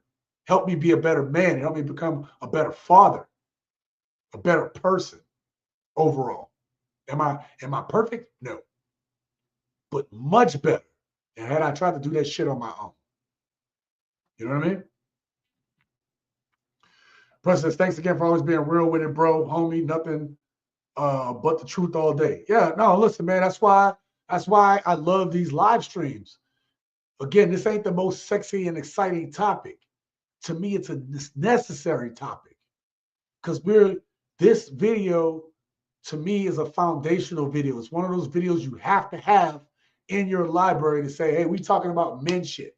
We talking about being real men. And it's just Friday, man. We just kicking it. You know, we get to some fun shit here a little bit, but I do have a message, though. All right, let's get to the next video clip. Where we at? Okay, now we left off with talking about why men will avoid a good woman, all right? I saw this clip and I said, yo, this has happened to me. I'm about to play this clip and y'all let me know, has this ever happened to you or someone you know that feels this way? I know I felt this way. I've already expressed to y'all I felt this way. Listen to this, what this man say. Check this out. Hey, fellas, y'all ever seen a girl that y'all was trying to get up on and then she end up with another nigga and he treating her right, taking her out, doing all the things he's supposed to do? As far as you know, he ain't cheating on her, you know, loving her, he ain't beating on her, doing everything. He doing everything, like they going on trips, they in Cabo, they in Bora Bora, and you like, damn, I'm glad that you got him and I'm glad he got you, because I was never gonna be on that type of time with your ass. Hey, sometimes you gotta come to the realization, like, yeah, you deserve that because we wasn't doing nothing.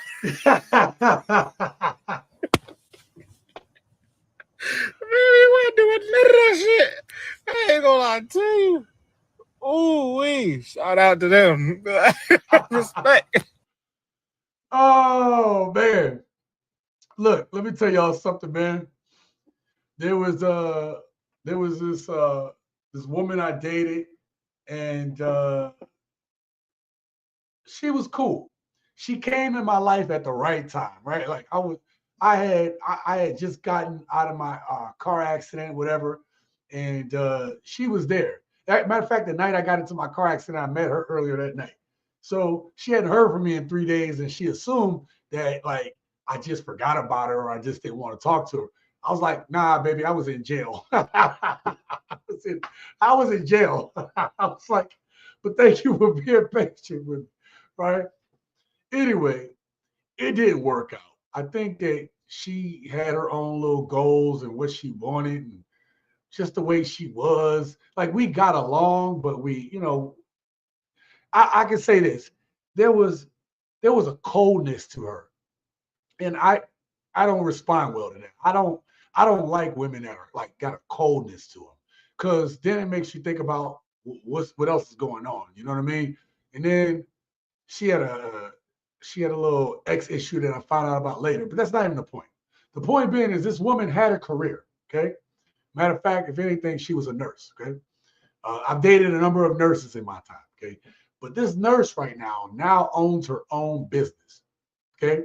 She owns a business and she is doing really well. And she has a daughter. She has a husband now, whatever. And I looked, I got to peek and see what was going on with that.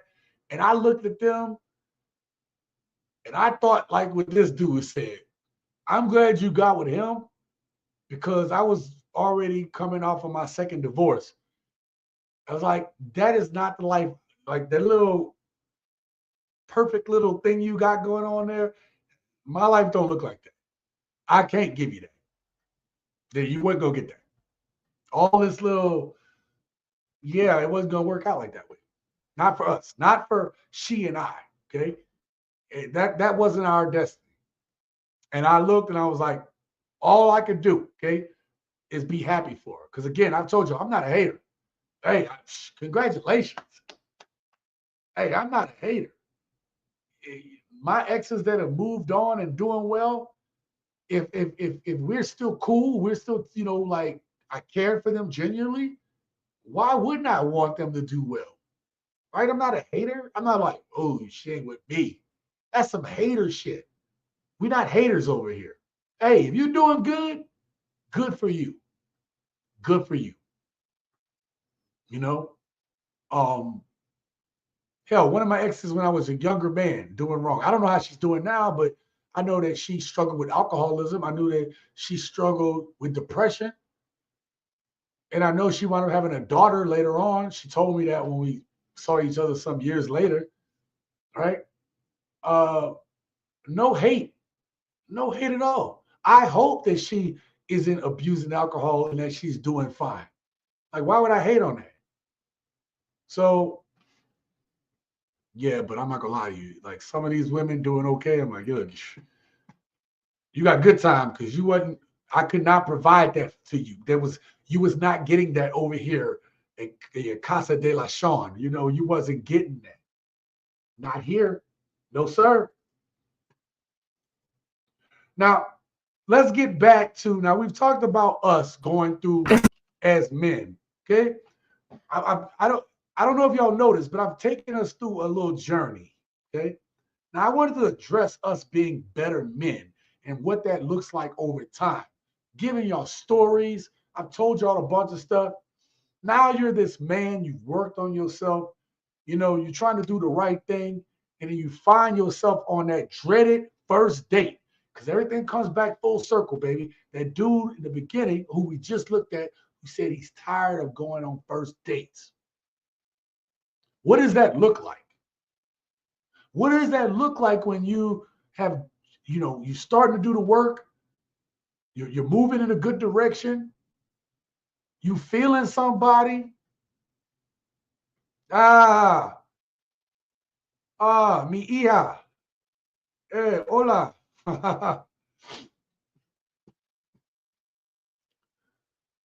What is a date? You're right. All right, but check this out. Look, let me stop talking. Check it out. Here's the date.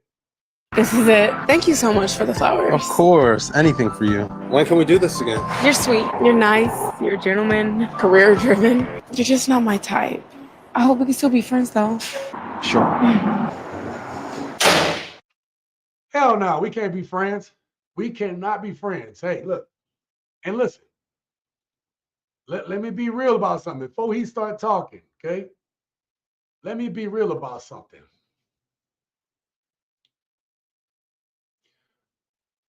I have stayed friends with females after this type of situation and wind up being good friends with them because I wasn't looking to get back with them or get with them. I wasn't thinking I had a chance. I already know what simping is like, and I've simped. Hey, don't forget what the book of Drizzleation say, okay? For all have simped and fall short of the glory of pimp, okay? All have simped and fallen short of the glory of pimpdom, okay? That's in the book of Drizzleations, okay? All right? But I've kept them around with friends because I liked them and it worked out fine, okay? But here's the thing. A lot of men will like a girl a lot, get told you're just a friend, and then have expectations that they can get back with them or that they can get with them later, right? And that's what we call the friend zone, the dreaded friend zone. in 2025. Haha. You know what? I'm gonna put this up on the screen right quick while I say this.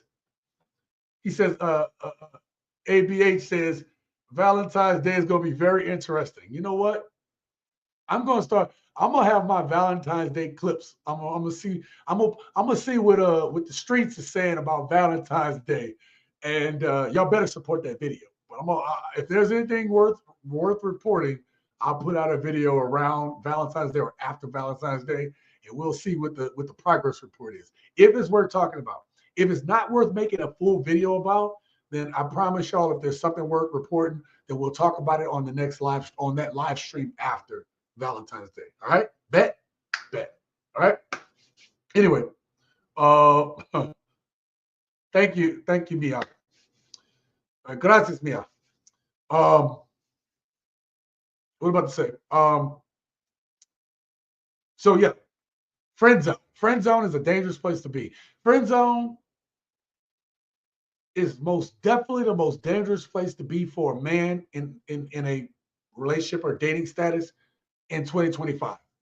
Okay, it is. You don't want to be there. Like back in the day, people would give you a pass for being in the friend zone, but today, hell no, you can't do that today. You cannot do that today. Let's see what my boy got to say about it. That's a friend zone. If she friend zone you, this is what that means. You're nice, you're a gentleman, you're just not my type. She got roses in her hand, you had a good night. That means she finna use you, player. She finna use you. She finna use you, you simp. Don't be that. That word is gonna be a thing of the 21st century. The early part of it. We're gonna kill that word. It's over with for the simps. Come on over to Bigger Play. We're gonna have a conversation. No more simping. It take you time to build to know who you is. You hear me? Yep. You can be respectful. You can be a gentleman. You can be God-fearing. Because you don't dress right, she'll put you in the corner. Yep.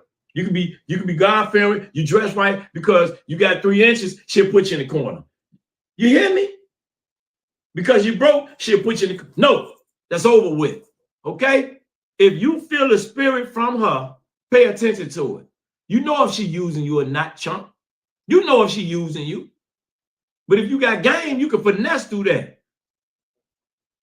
Game is amazing. It's better than money. All right. I'm going to stop right there. I'm going to let you live. All right. Look, we can debate game now and all that stuff, right? But look, I wanted to show y'all that because that's some of the heartaches that men, why that first guy or one of the earlier guys talked about was tired of going on first dates. Because 33% of women are only going out for foodie calls. Like, so it's not even worth it. But look, let's talk about getting rejected from a woman. I have a video clip. The next clip I'm going to show you is of a young man discussing how we as men, or how us as men nowadays, especially when you're awakened to this, especially when you're on this path, how we're dealing with rejection in 2025. Okay, this is how we dealing with rejection. Gentine's Day. Yo, y'all is wild for this, son. Want to know what Valentine's Day is like for the gents? Have a live that night. Oh my God, that's funny. Oh, I already have plans that night though. Oh, chump, that's funny. Oh, I meant Galentine's Day. Yeah, man. All right, let's get to this in the next video. Y'all is wild, son. Allow me to yap for a second, bro. I've noticed about myself that one trait that most men have and most niggas have that I don't is persistence. And I mean persistence in the sense of girls and women. Because for me, if I slide on you and you make it known that you're not interested or you have a boyfriend, just anything along the lines of it's not going to happen. Personally, I'm done. It's all a dire. And it's not even from an aspect of, you ugly, ain't it? No. You still bad. Like, you still have motion. Like, I slid for a reason. It's just I'm not going to force the issue and make you want to get to know me.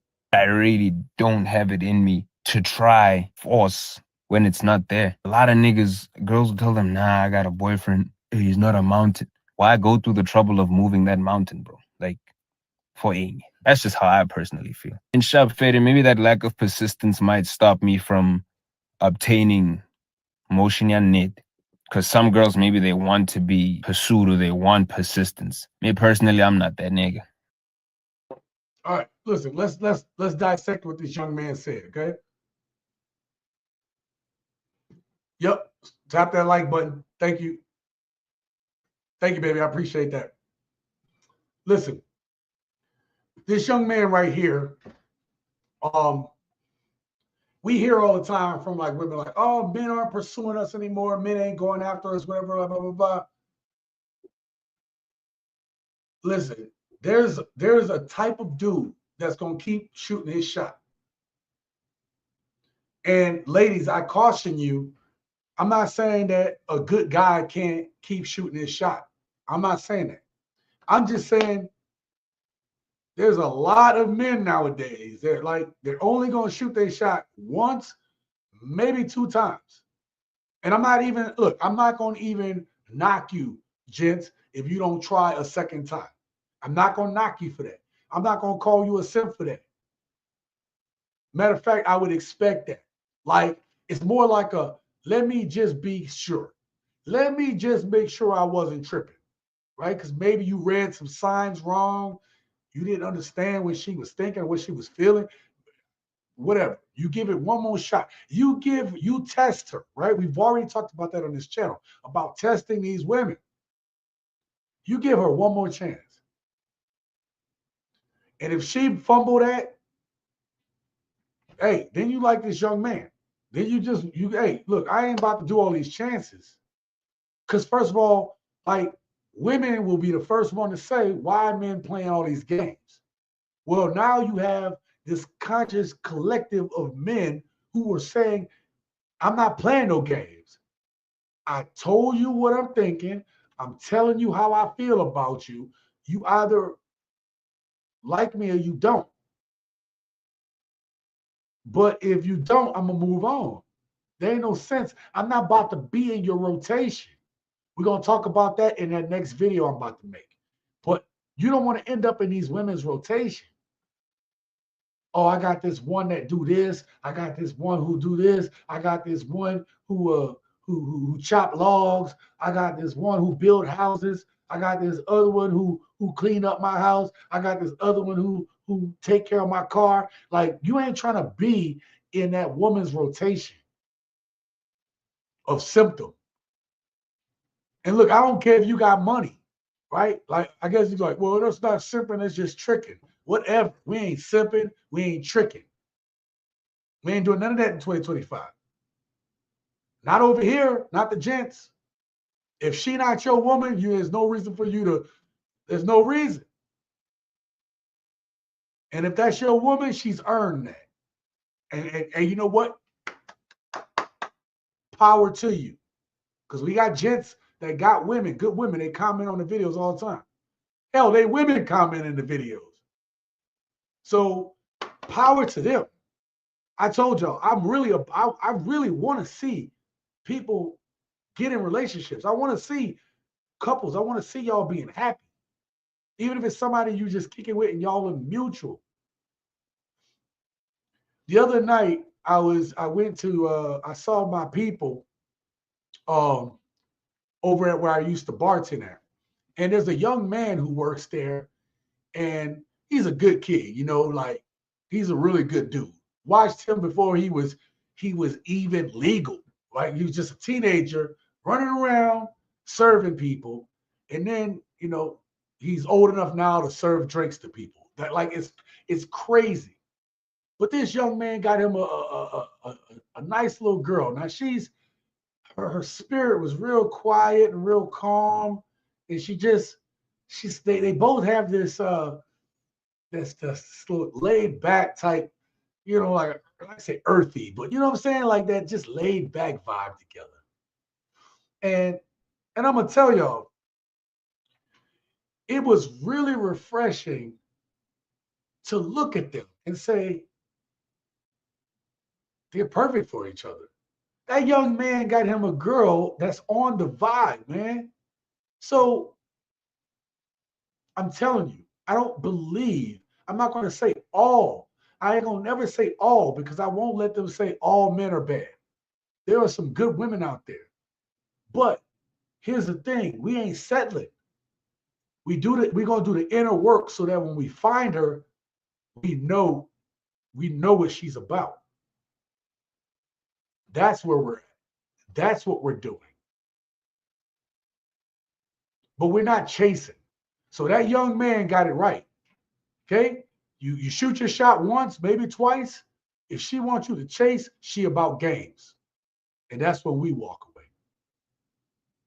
That's when we walking away. Damn it, I didn't get none of that on tape. I feel bad about that. All right, we got a couple more. We're gonna get up out of here. Now we got 3 more video clips. We're gonna get up out of here. What's your age? Or actually, I can say we can get up out of here, but we might have to take an intermission so your boy can go pee or something. Because I forgot it's Friday night. I don't know why. I thought it was Wednesday night. My God, I thought it was Wednesday. Yo, this is so crazy. Oh man, I forgot this was the Friday night jam session, baby. Forgot about that. ABH says Birkin bags, luxury cars, and mansions, and they are still not satisfied with that. And they listen, because they're going after material possessions, right? They'll never be satisfied with it. It's a black hole. To just, if your life is on material shit, it's nothing. It's like if your life is based on material stuff, then who you are is almost going to be immaterial. Does that make sense? If that makes sense. Women have absolutely no problem putting men in the friend zone, but get mad when the men do the exact same thing. Oh, yeah. Oh, yeah. No. Listen, that's the one trait of the modern woman. And I've made this comment, and Preston, you'll remember, but I've always said women are acting like the men.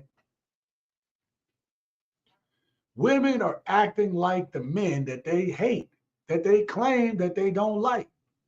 The behaviors that women used to rail about back in the day are the exact same behaviors and traits that these women are exhibiting today, which proves a point that part of the reason that men, part of it, not all of it, but part of the reason that men act and move a certain way is the environment that they're in.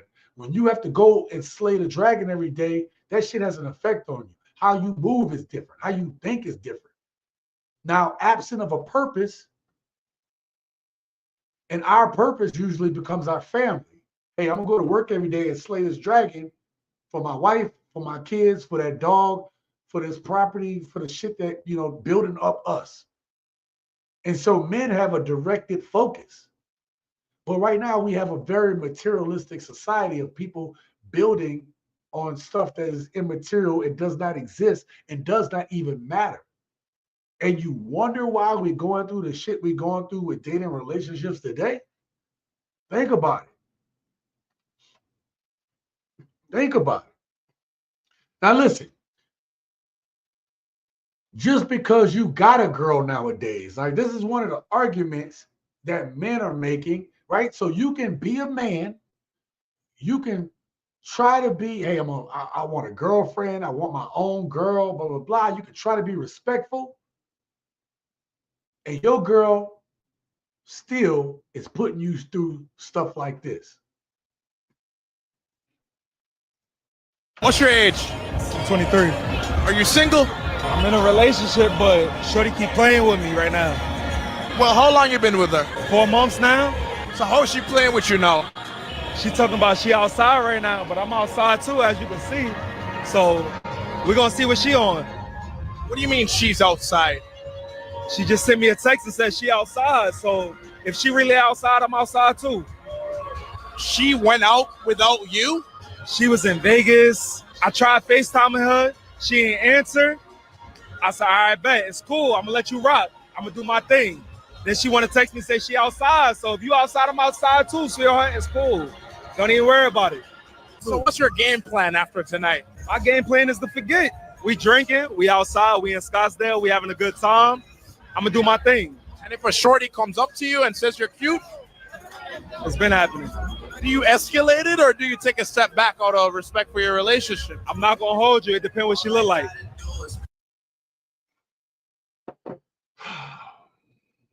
That's frustrating, y'all. Like, think about that, man. Like, that's crazy. That young man right there, right? Got him a girlfriend of 4 months. She doing shady stuff already, right? Listen, she done came out here to Vegas, okay? Yeah, she done came out to Vegas. Probably out here in these Vegas streets. Then got that back blowed up, right? I mean, just pop goes the weasel because the weasel go pop, okay? I'm saying she getting that Vegas special. She getting that sin in the city, baby, okay? She getting it all. He tried to talk to her. She outside. She is outside. Wait. Oh, you. Hey, man, I might have to roll through there, bro. I might have to roll through there and see for myself. Get it on video, right? Shout out to Desirable Truth, man. That brother is he be in Arizona, he be in Scottsdale, he be in Tejas, he be in man, he be all over. He be in Miami. I mean, the dude is doing his thing, man. I got to give him props, man. Seriously. I am in, okay. Yeah, you're in Scottsdale area. Okay, yeah. A walking STD on Sleazy Street. But listen, check it out. But look, that's sad. It sounded like this dude was trying to make this thing work with this woman. And she is like, I'm outside. Okay, yeah. Hey, look. Hey, I'm always, look, if I can come out there, get some footage, I'll write it off as a tax write-off. In 2026, I'm writing off 2020. Well, I got a lot of stuff I'm writing off in 2025 too, but in 2026, I'm writing off gangs of stuff, okay? I'm going to be writing off everything, okay? Right? Like, I'm writing stuff off. You don't even get it. Stuff getting written off. More. I'm finding more stuff to write, okay? Because your boy taxes, oh, Jesus. Ooh. Everybody taxes. If you ain't making $300,000 a year, your taxes have just gone up per this tax plan, per the last year of the Trump tax plan. 300,000 or more. That's the only people that's getting a tax break. 300,000. Okay. All the rest of us, we paying more in taxes. That is, let's get it, baby. Let's get it for the taxes. Yeah, not a problem. You need to have that. You need to have business trust. Yeah, I'm gonna do all that in the future. I'm gonna do all that soon enough. Right now, I ain't gotta worry about all that. Right now, we good. Right now, I'm just doing I'm just contractor, right? Doing contractor work. So we good for right now. But soon, though, whew, man, it's crazy. But anyway, here's my point. I'm getting too off subject. You can't even have a girlfriend nowadays because these girls got multiple dudes. They still want to be out here playing. I showed y'all in a recent video where the girl was 23 years old and she said she ain't got no boyfriend. Matter of fact, Desirable Truth, they interviewed the little chick. She said, let me see if I can figure that video out. She said she's 23 years old and she said that she didn't want to have a boyfriend because where is the video clip? Right here. Right here. We're going to play it for you all. For your viewing. How old are you? For your viewing pleasure. Y'all remember this chick from my last video? Check this out. Check it out. I'm 23 years old. Are you single? Yes, I am. Why do you think that is? I love being alone.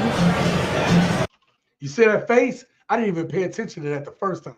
She made that face. I love being alone. You love getting that back blowed out. Anyway, come on. So why aren't you looking for a man? Because why could I tell my man that I come home at 7 a.m. from the afters? I can't explain that. Because you're getting that back blowed out. Getting a back blowed out.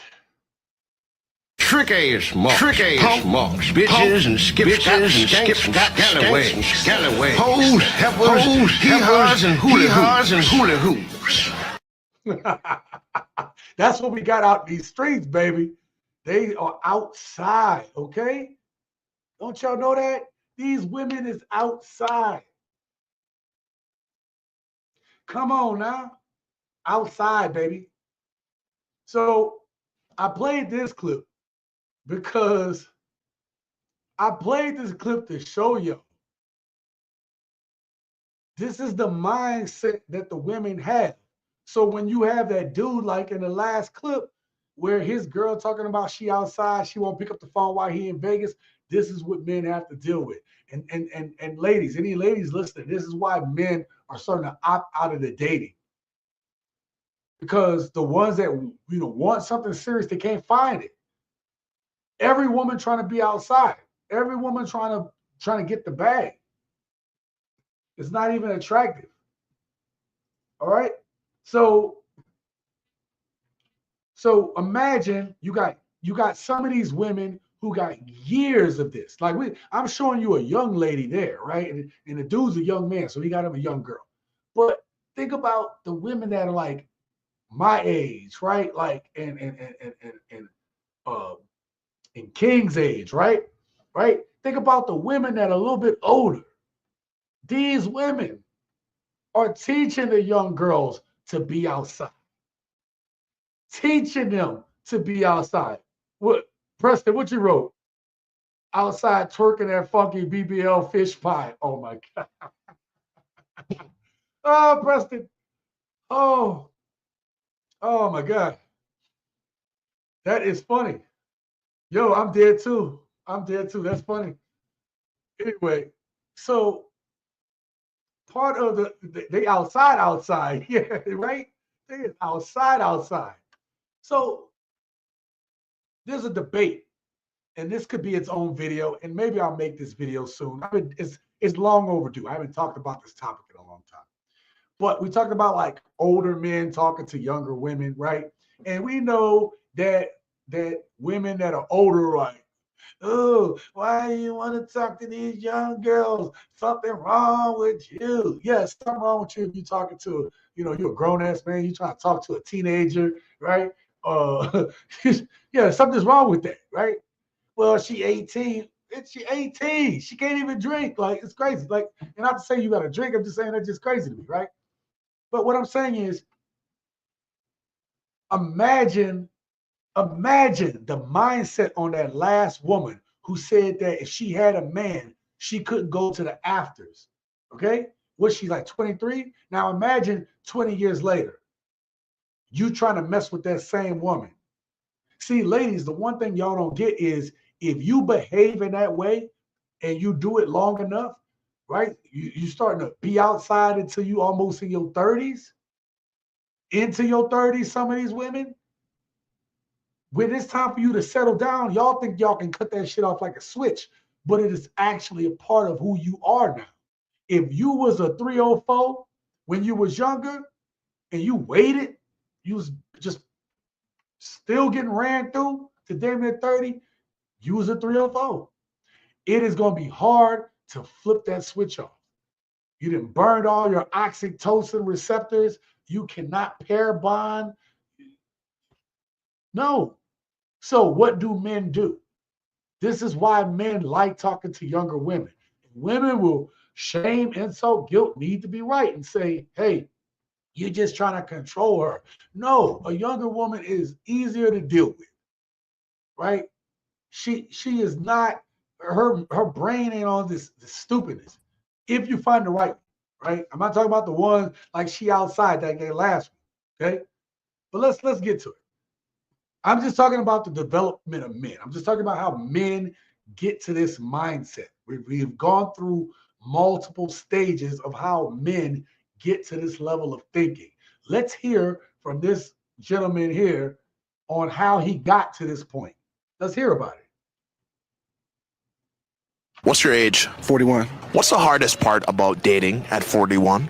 So I think the hardest part for me, I like women that are younger, typically around 10 years younger than me. You know, that's kind of like my sweet spot. And it's just. Well, hold on. Wait, okay, hold on. Let's stop. Let's stop right there. The dude is 41 years old, and he said younger woman, 10 years younger. I want y'all to hold on to that. So this is a woman who's 31 years old. This is a grown-ass woman. Let me repeat that again for y'all, okay? Let me do it for the cheap seat.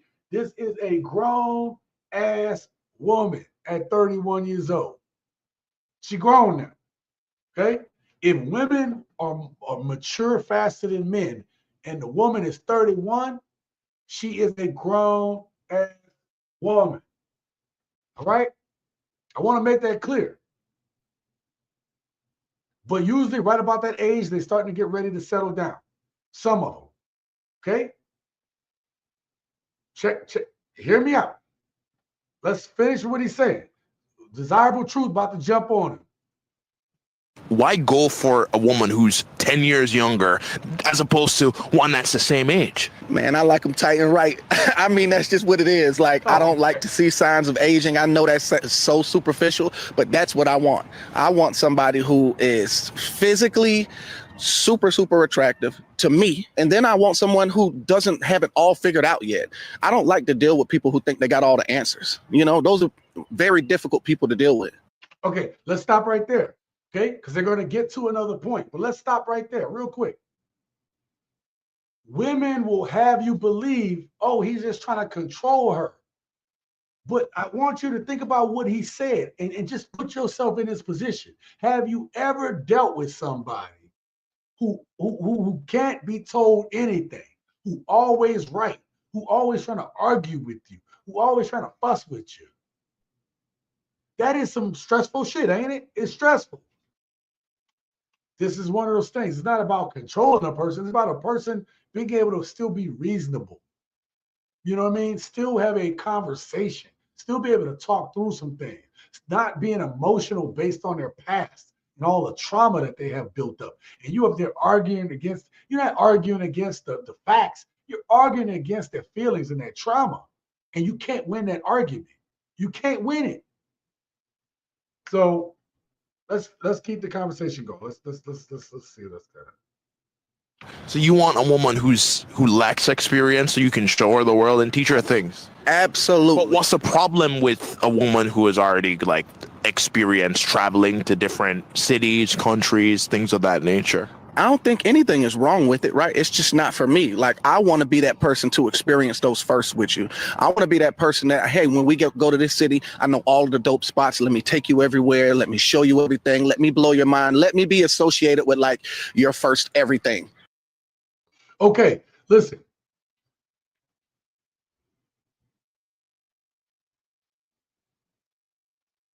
I don't think you said anything bad there, Preston.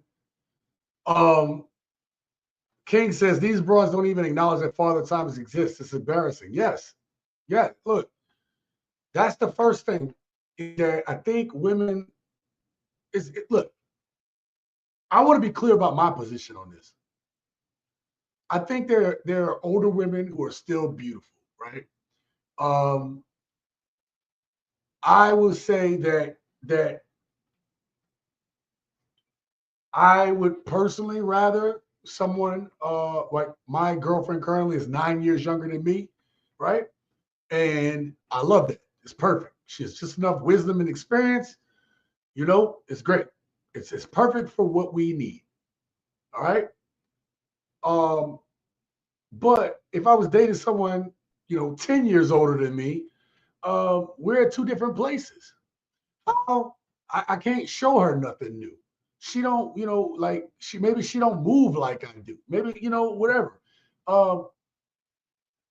It is something to be said for when you have a woman who you can show things and teach her things, or, show her different ways of thinking. It's almost like that woman will respect that man more. Remember, hear what I just said. I use the word respect.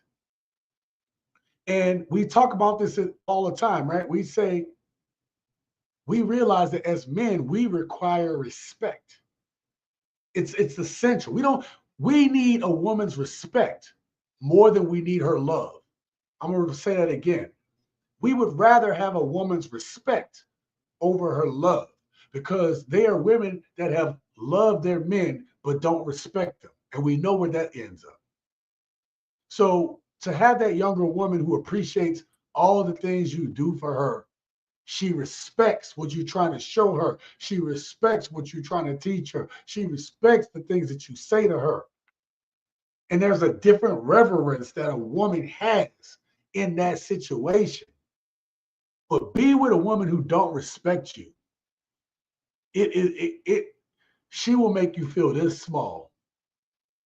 She will cut you every chance she gets if you're not operating on the way she wants you to. And we're gents here, so we operate on our own purpose, right? We operate on our purpose for the betterment of the people that are in our lives. So yeah. Anyway, I just wanted to crack that. That's that topic we need to broach again. And I'm not gonna write it down. I know there's a list of topics that I haven't broached in a while that need to come back on this channel just so we can refresh the tree a little bit. So the gentleman talking about dating a younger woman, that's on my list of things that we need to refresh the tree. All right. We'll get there, gents. We'll get there. All right. We got the last video clip of the night. And I ain't gonna hold y'all up because I'm ready to eat. I'm ready to eat something. This clip here, y'all seen this dude on my channel many times before. This is one of the drizzle masters. But this here is the summation of where we're at. This is a summation of us talking about men's path, what we've been through. After you're a man and you've been through enough hurt and enough pain, and you come to the realization you don't even have to go through hurt and pain. You can see enough of your homies go through hurt and pain and stuff like that. And you'll get to the point where you'll say, man, look, I just want to keep things simple.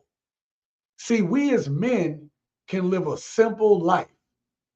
And it completely, women cannot understand how we can live in a house with a blow-up mattress, a lawn chair, a big screen TV, and a PS5 or an Xbox. They don't understand how we can just have that one spoon, one pot, right? Like, they don't understand how we can do that. Anyway, listen to this. He's going to go into that a little bit deeper now, Will. And we'll talk about it on the other side. It took me a while to get to it, but I got to it. This young lady has a viral video talking about women own more homes than men. Well, of course they do. This is not a flex. It's the opposite of a flex. The only reason why men purchase homes is for their family. It's for their family. Men can live simple lives. And I feel sometimes that women get jealous because men can live so simply. We can have a one-room shack, an old beat-up truck. We could have a 100-inch TV, a PS5, an air mattress, one fork, one plate, one knife, one bowl, one spoon, one cup, and be in absolute peace and bliss. All of the extra stuff that men do in life is for you, ladies. It's for our family. That's what it's for. So you guys need to understand that it's already been analyzed and said that by 2030, women between the ages of 25 to 45 will be single for life. This number is not going to go down. It's going to go up. The breakdown of the family means men are like, man, I ain't getting into no debt. You guys know that mortgage means death debt? That's the very definition of the word mortgage. It means a debt till you die. So why does that make sense to do if, guess what? I can go and get an S corporation, lease a beautiful high rise, and guess what? Write 100% of it off. If I don't have no family, I don't want to have to do any lawn work. I don't want to have to fix anything. I don't want to have any of the responsibilities for the taxes, the mortgage changing, none of that. You guys don't get it. You don't understand. Everything that men do, they do for their family. And with no family, there's no need to buy a house and have a mortgage. Ooh, gents, King said it best right here. Real talk, no true words have been spoken. Listen, listen, listen. We get shamed all the time. We get shamed all the time as men for not having, the things that these women have. Oh, men ain't on our level. We is leveling up. We got houses and cars, and these men ain't got nothing. I'm going to tell you, shout out to the women that have their own. Power to you. Again, I ain't no hater. Good on you for having all that stuff. But I heard this concept. I heard this thought process some time ago about, and it's eye opening. I put a meme on this channel about like a dude having an apartment with barely nothing in it, but it was overlooking the beach. So, like, do you realize that we don't care? Like, I got my first house. I only bought one house or had one house. I got that house because I thought, hey, my family needs a family house. But I didn't really. If I didn't think about that way, I would have never bought a house. I would have never bought the house yet. It wasn't that I wasn't going to buy a house. I just didn't think. I thought I would have waited because it wouldn't have been the right time. I felt that I allowed myself to be coerced into buying it. Now, look, it was 100% my choice. I made the choice to get a house. Okay. But had I not been thinking about my family, the woman I was with, my son that was on the way, there was no way I would have bought a house. There was no way I was buying a house. So this dude, he's 100% correct. A lot of the things that this purchasing, this buying, this overspending, all of this stuff has come about because of women's needs to buy certain things. Men are more strategic in making those type of decisions. If I'm doing it because my family needs this. By ourselves, it's a waste. So you do have more women that have more houses than men. But you also have a housing bubble that is waiting to burst again. The housing bubble is waiting to burst again. The car market, that's a bubble waiting to burst again. You all have all this goddamn debt. And let me tell you, if this economy crashes and you got all this debt, you are screwed. Y'all don't even see it. You all value shit that don't matter. What the hell, if you live in the hood, what in the hell do you need with a Birkin bag? If you're in the hood, what are you doing wearing Gucci? You all look like idiots. And I'm going to tell you why. If you're going to take it personal, take it personal. But hear me out first. There are a lot of millionaires that have been made over the last 10, 15 years. Okay?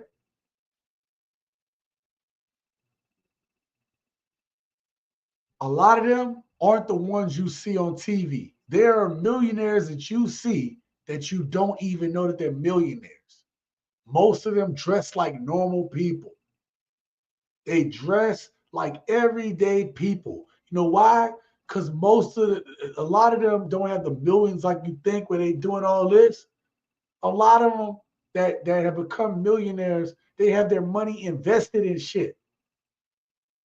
So they're millionaires, but they still got their normal shit going on. We have to be seen. I have this clip that I was going to use for something else. I don't know where it's at, so I ain't going to try to find it. But it's a video clip called How to Sell to the Negro. I'm going to see if I can find it. But I have a clip, How to Sell to the Negro. The Negro. Nope, not there.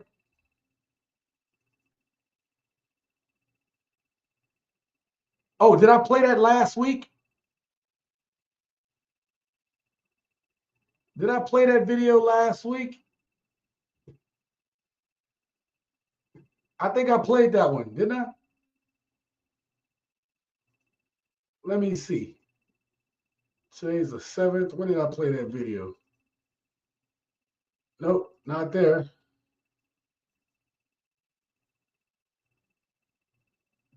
I could have swore I played that video. Oh, where is it? Anyway, I don't know where I put it at. But anyway, here's the point I'm trying to make, right?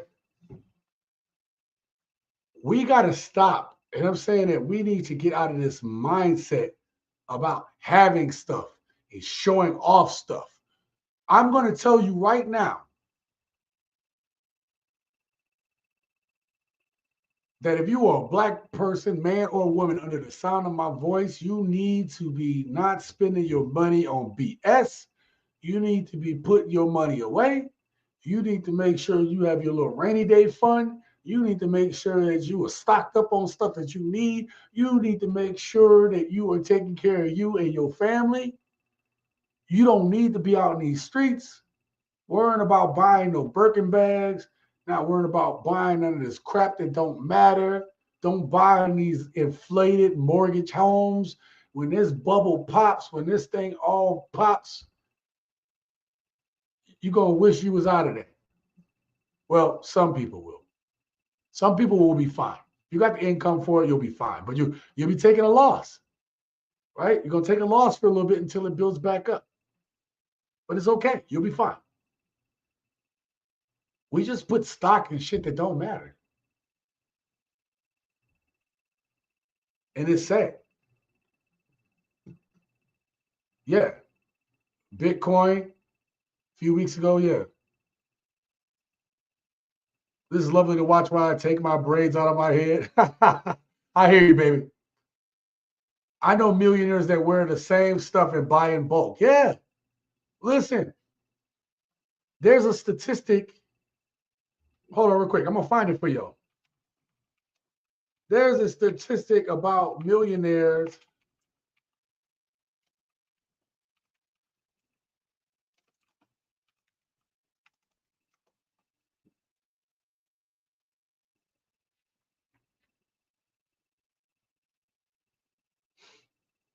All right. Let me see what this says. All right, check this out. We're going to school like we always do here on TSG Uncut when we get up out of here. Okay? Let me do this. Better see it better. Okay? So I put in how many millionaires live paycheck to paycheck. Okay? This may not tell me the exact numbers.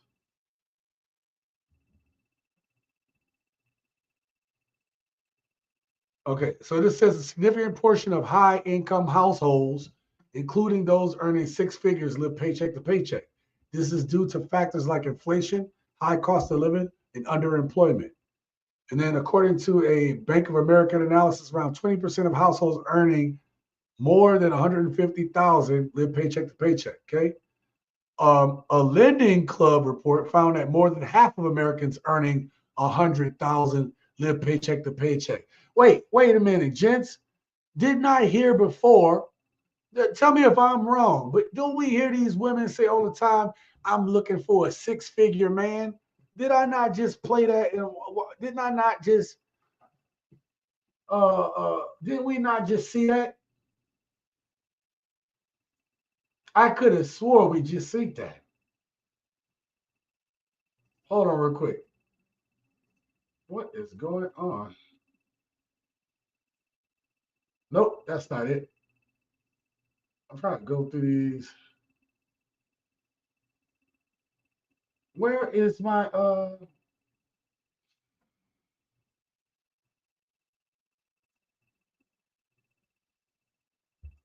I'm trying to look through these clips and find this clip. What the hell, Sean?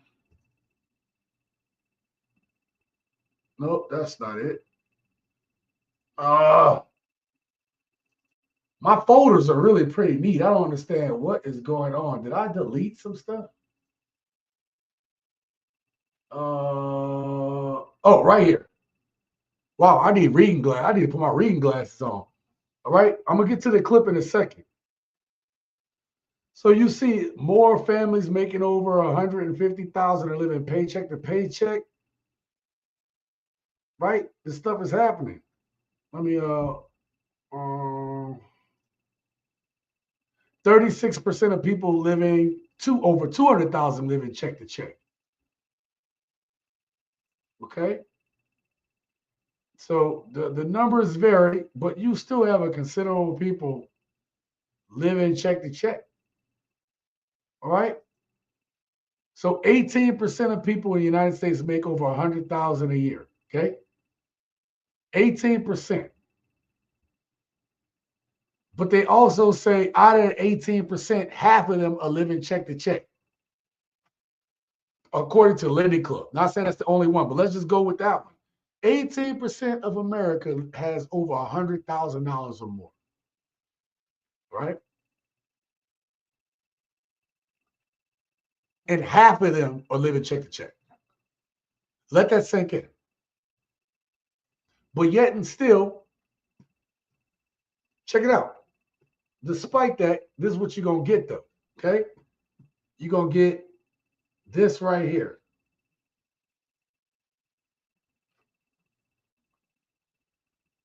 Hold on. There we go.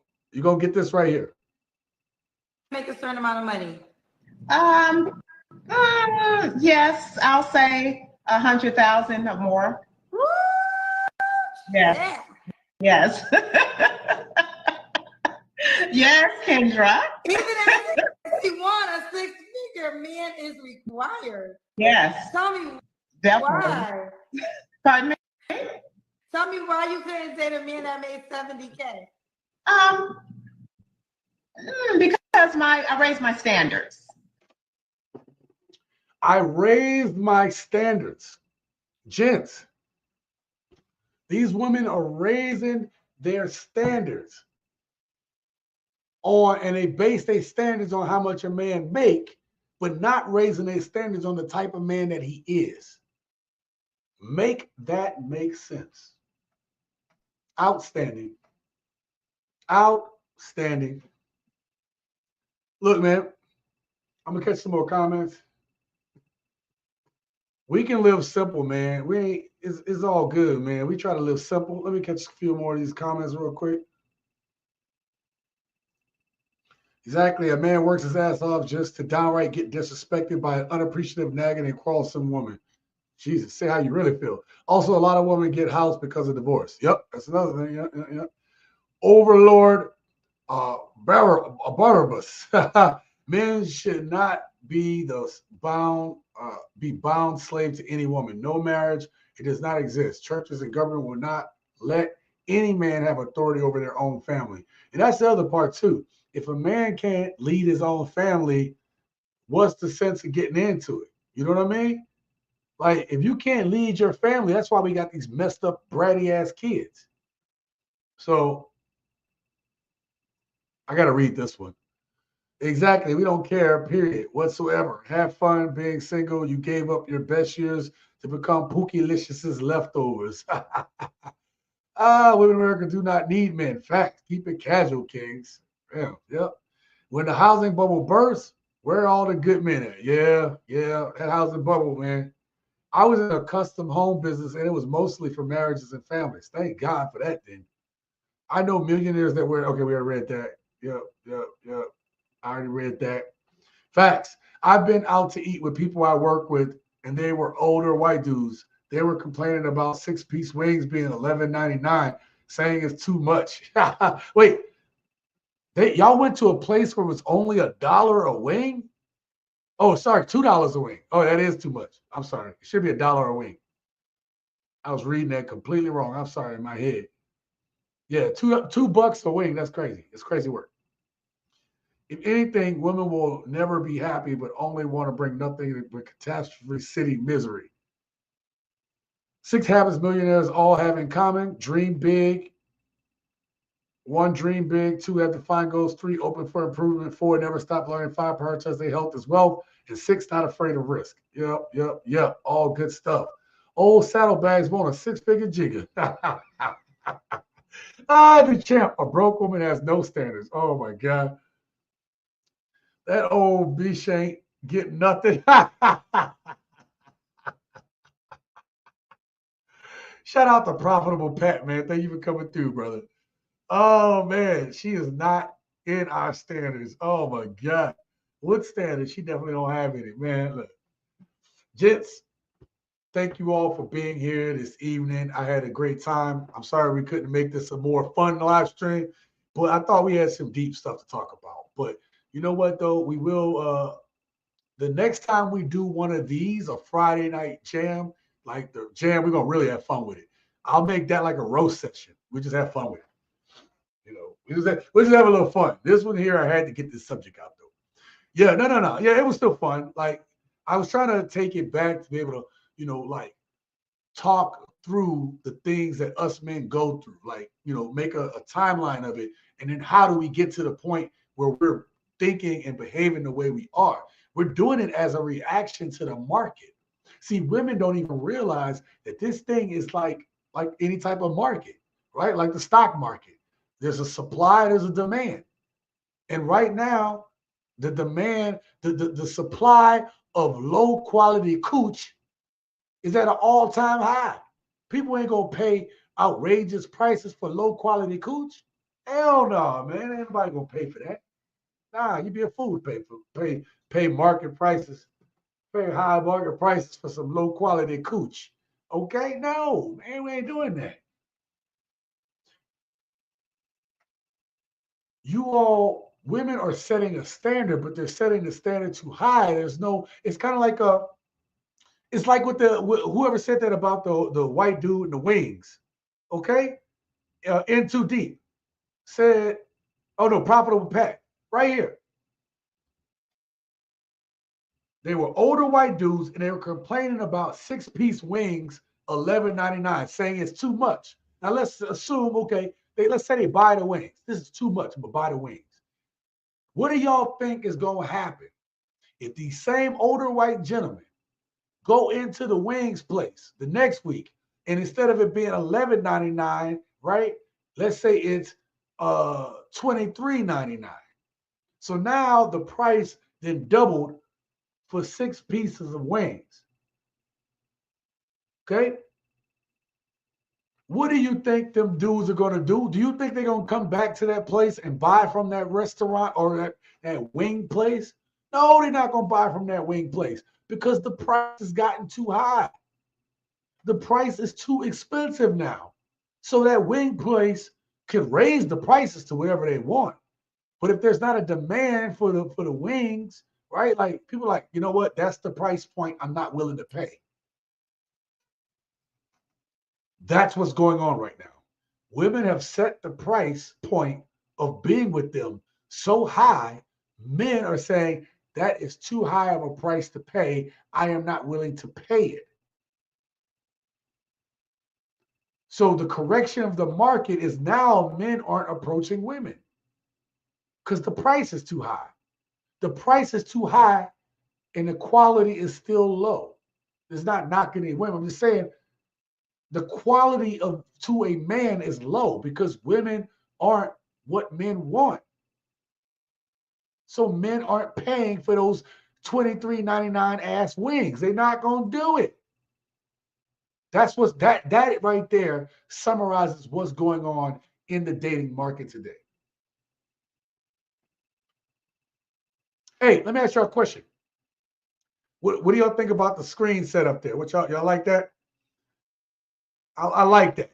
When I get the new place, some of this is gonna stay the same, right? When I get the new place, I'm gonna keep this stuff, but I'm gonna change this background. So it's going. I'm not gonna do the tiles on the wall no more. And that photo, I love that photo of Paris at nighttime. The colors go with the theme of the show, the red and the blue and the purple, right? But I'm gonna change all that. I'm actually keeping it real simple in the background, okay? But I'm very excited. I cannot wait to set up the new thing. But I really like the screen in the background. That's dope, right? It'd be nice if I could link all that and then send this over there. But I don't need to do all that. That's great. That's great in the background. In Too Deep says, I'm staying home and doing it myself. Yeah, absolutely. I like the setup. Yeah, no, listen, this part I like because it keeps it kind of low key and personal, and I like the screen. But the only thing gonna change is the tiles back here in the pictures. I think I'm gonna just go with curtains instead. I'm gonna keep it simple. Hell, yeah, King. It was definitely sick with it. Killer, no BS. Yeah. Mirror from your phone. Yeah. No, I'm not. I could do that. Well, this is the older TV, so you're right. I could mirror from my phone, but I don't. But this is an older TV. So this TV right here used to be this monitor. I have 3 monitors set up, right? I bought a monitor that's the same size as each. It's all the same monitor. So I had this TV right here, but now since I got all 3 of these monitors, it saved me some room, and I didn't know what to do with this extra TV. So I said, you know what? I'm gonna start using it in the background for my videos. So, but one of these days, maybe I will just get one so I can send stuff from my phone to the background. That'd be a good idea. So that's future Sean problems. I ain't got time to worry about that. Next time you can show off your swords. Oh, these, yeah. Yeah, I'll pull them bad boys out one day. HDMI. Well, it is HDMI, right? So this screen right here is actually attached to my computer over here. Okay, so it is HDMI, but it's HDMI from my computer screen. What I did was I created a video with the logo in the background, and I have that on loop. So that way I could use it over and over again. So that's why it's been playing the whole time. It's been on loop. So I made about a 25, 30-minute video with the logo, and it's just playing over and over again. So, all right. Anyway, let's get up out of here. Hey, I will, I should have a video out for you guys on Monday. That's my goal.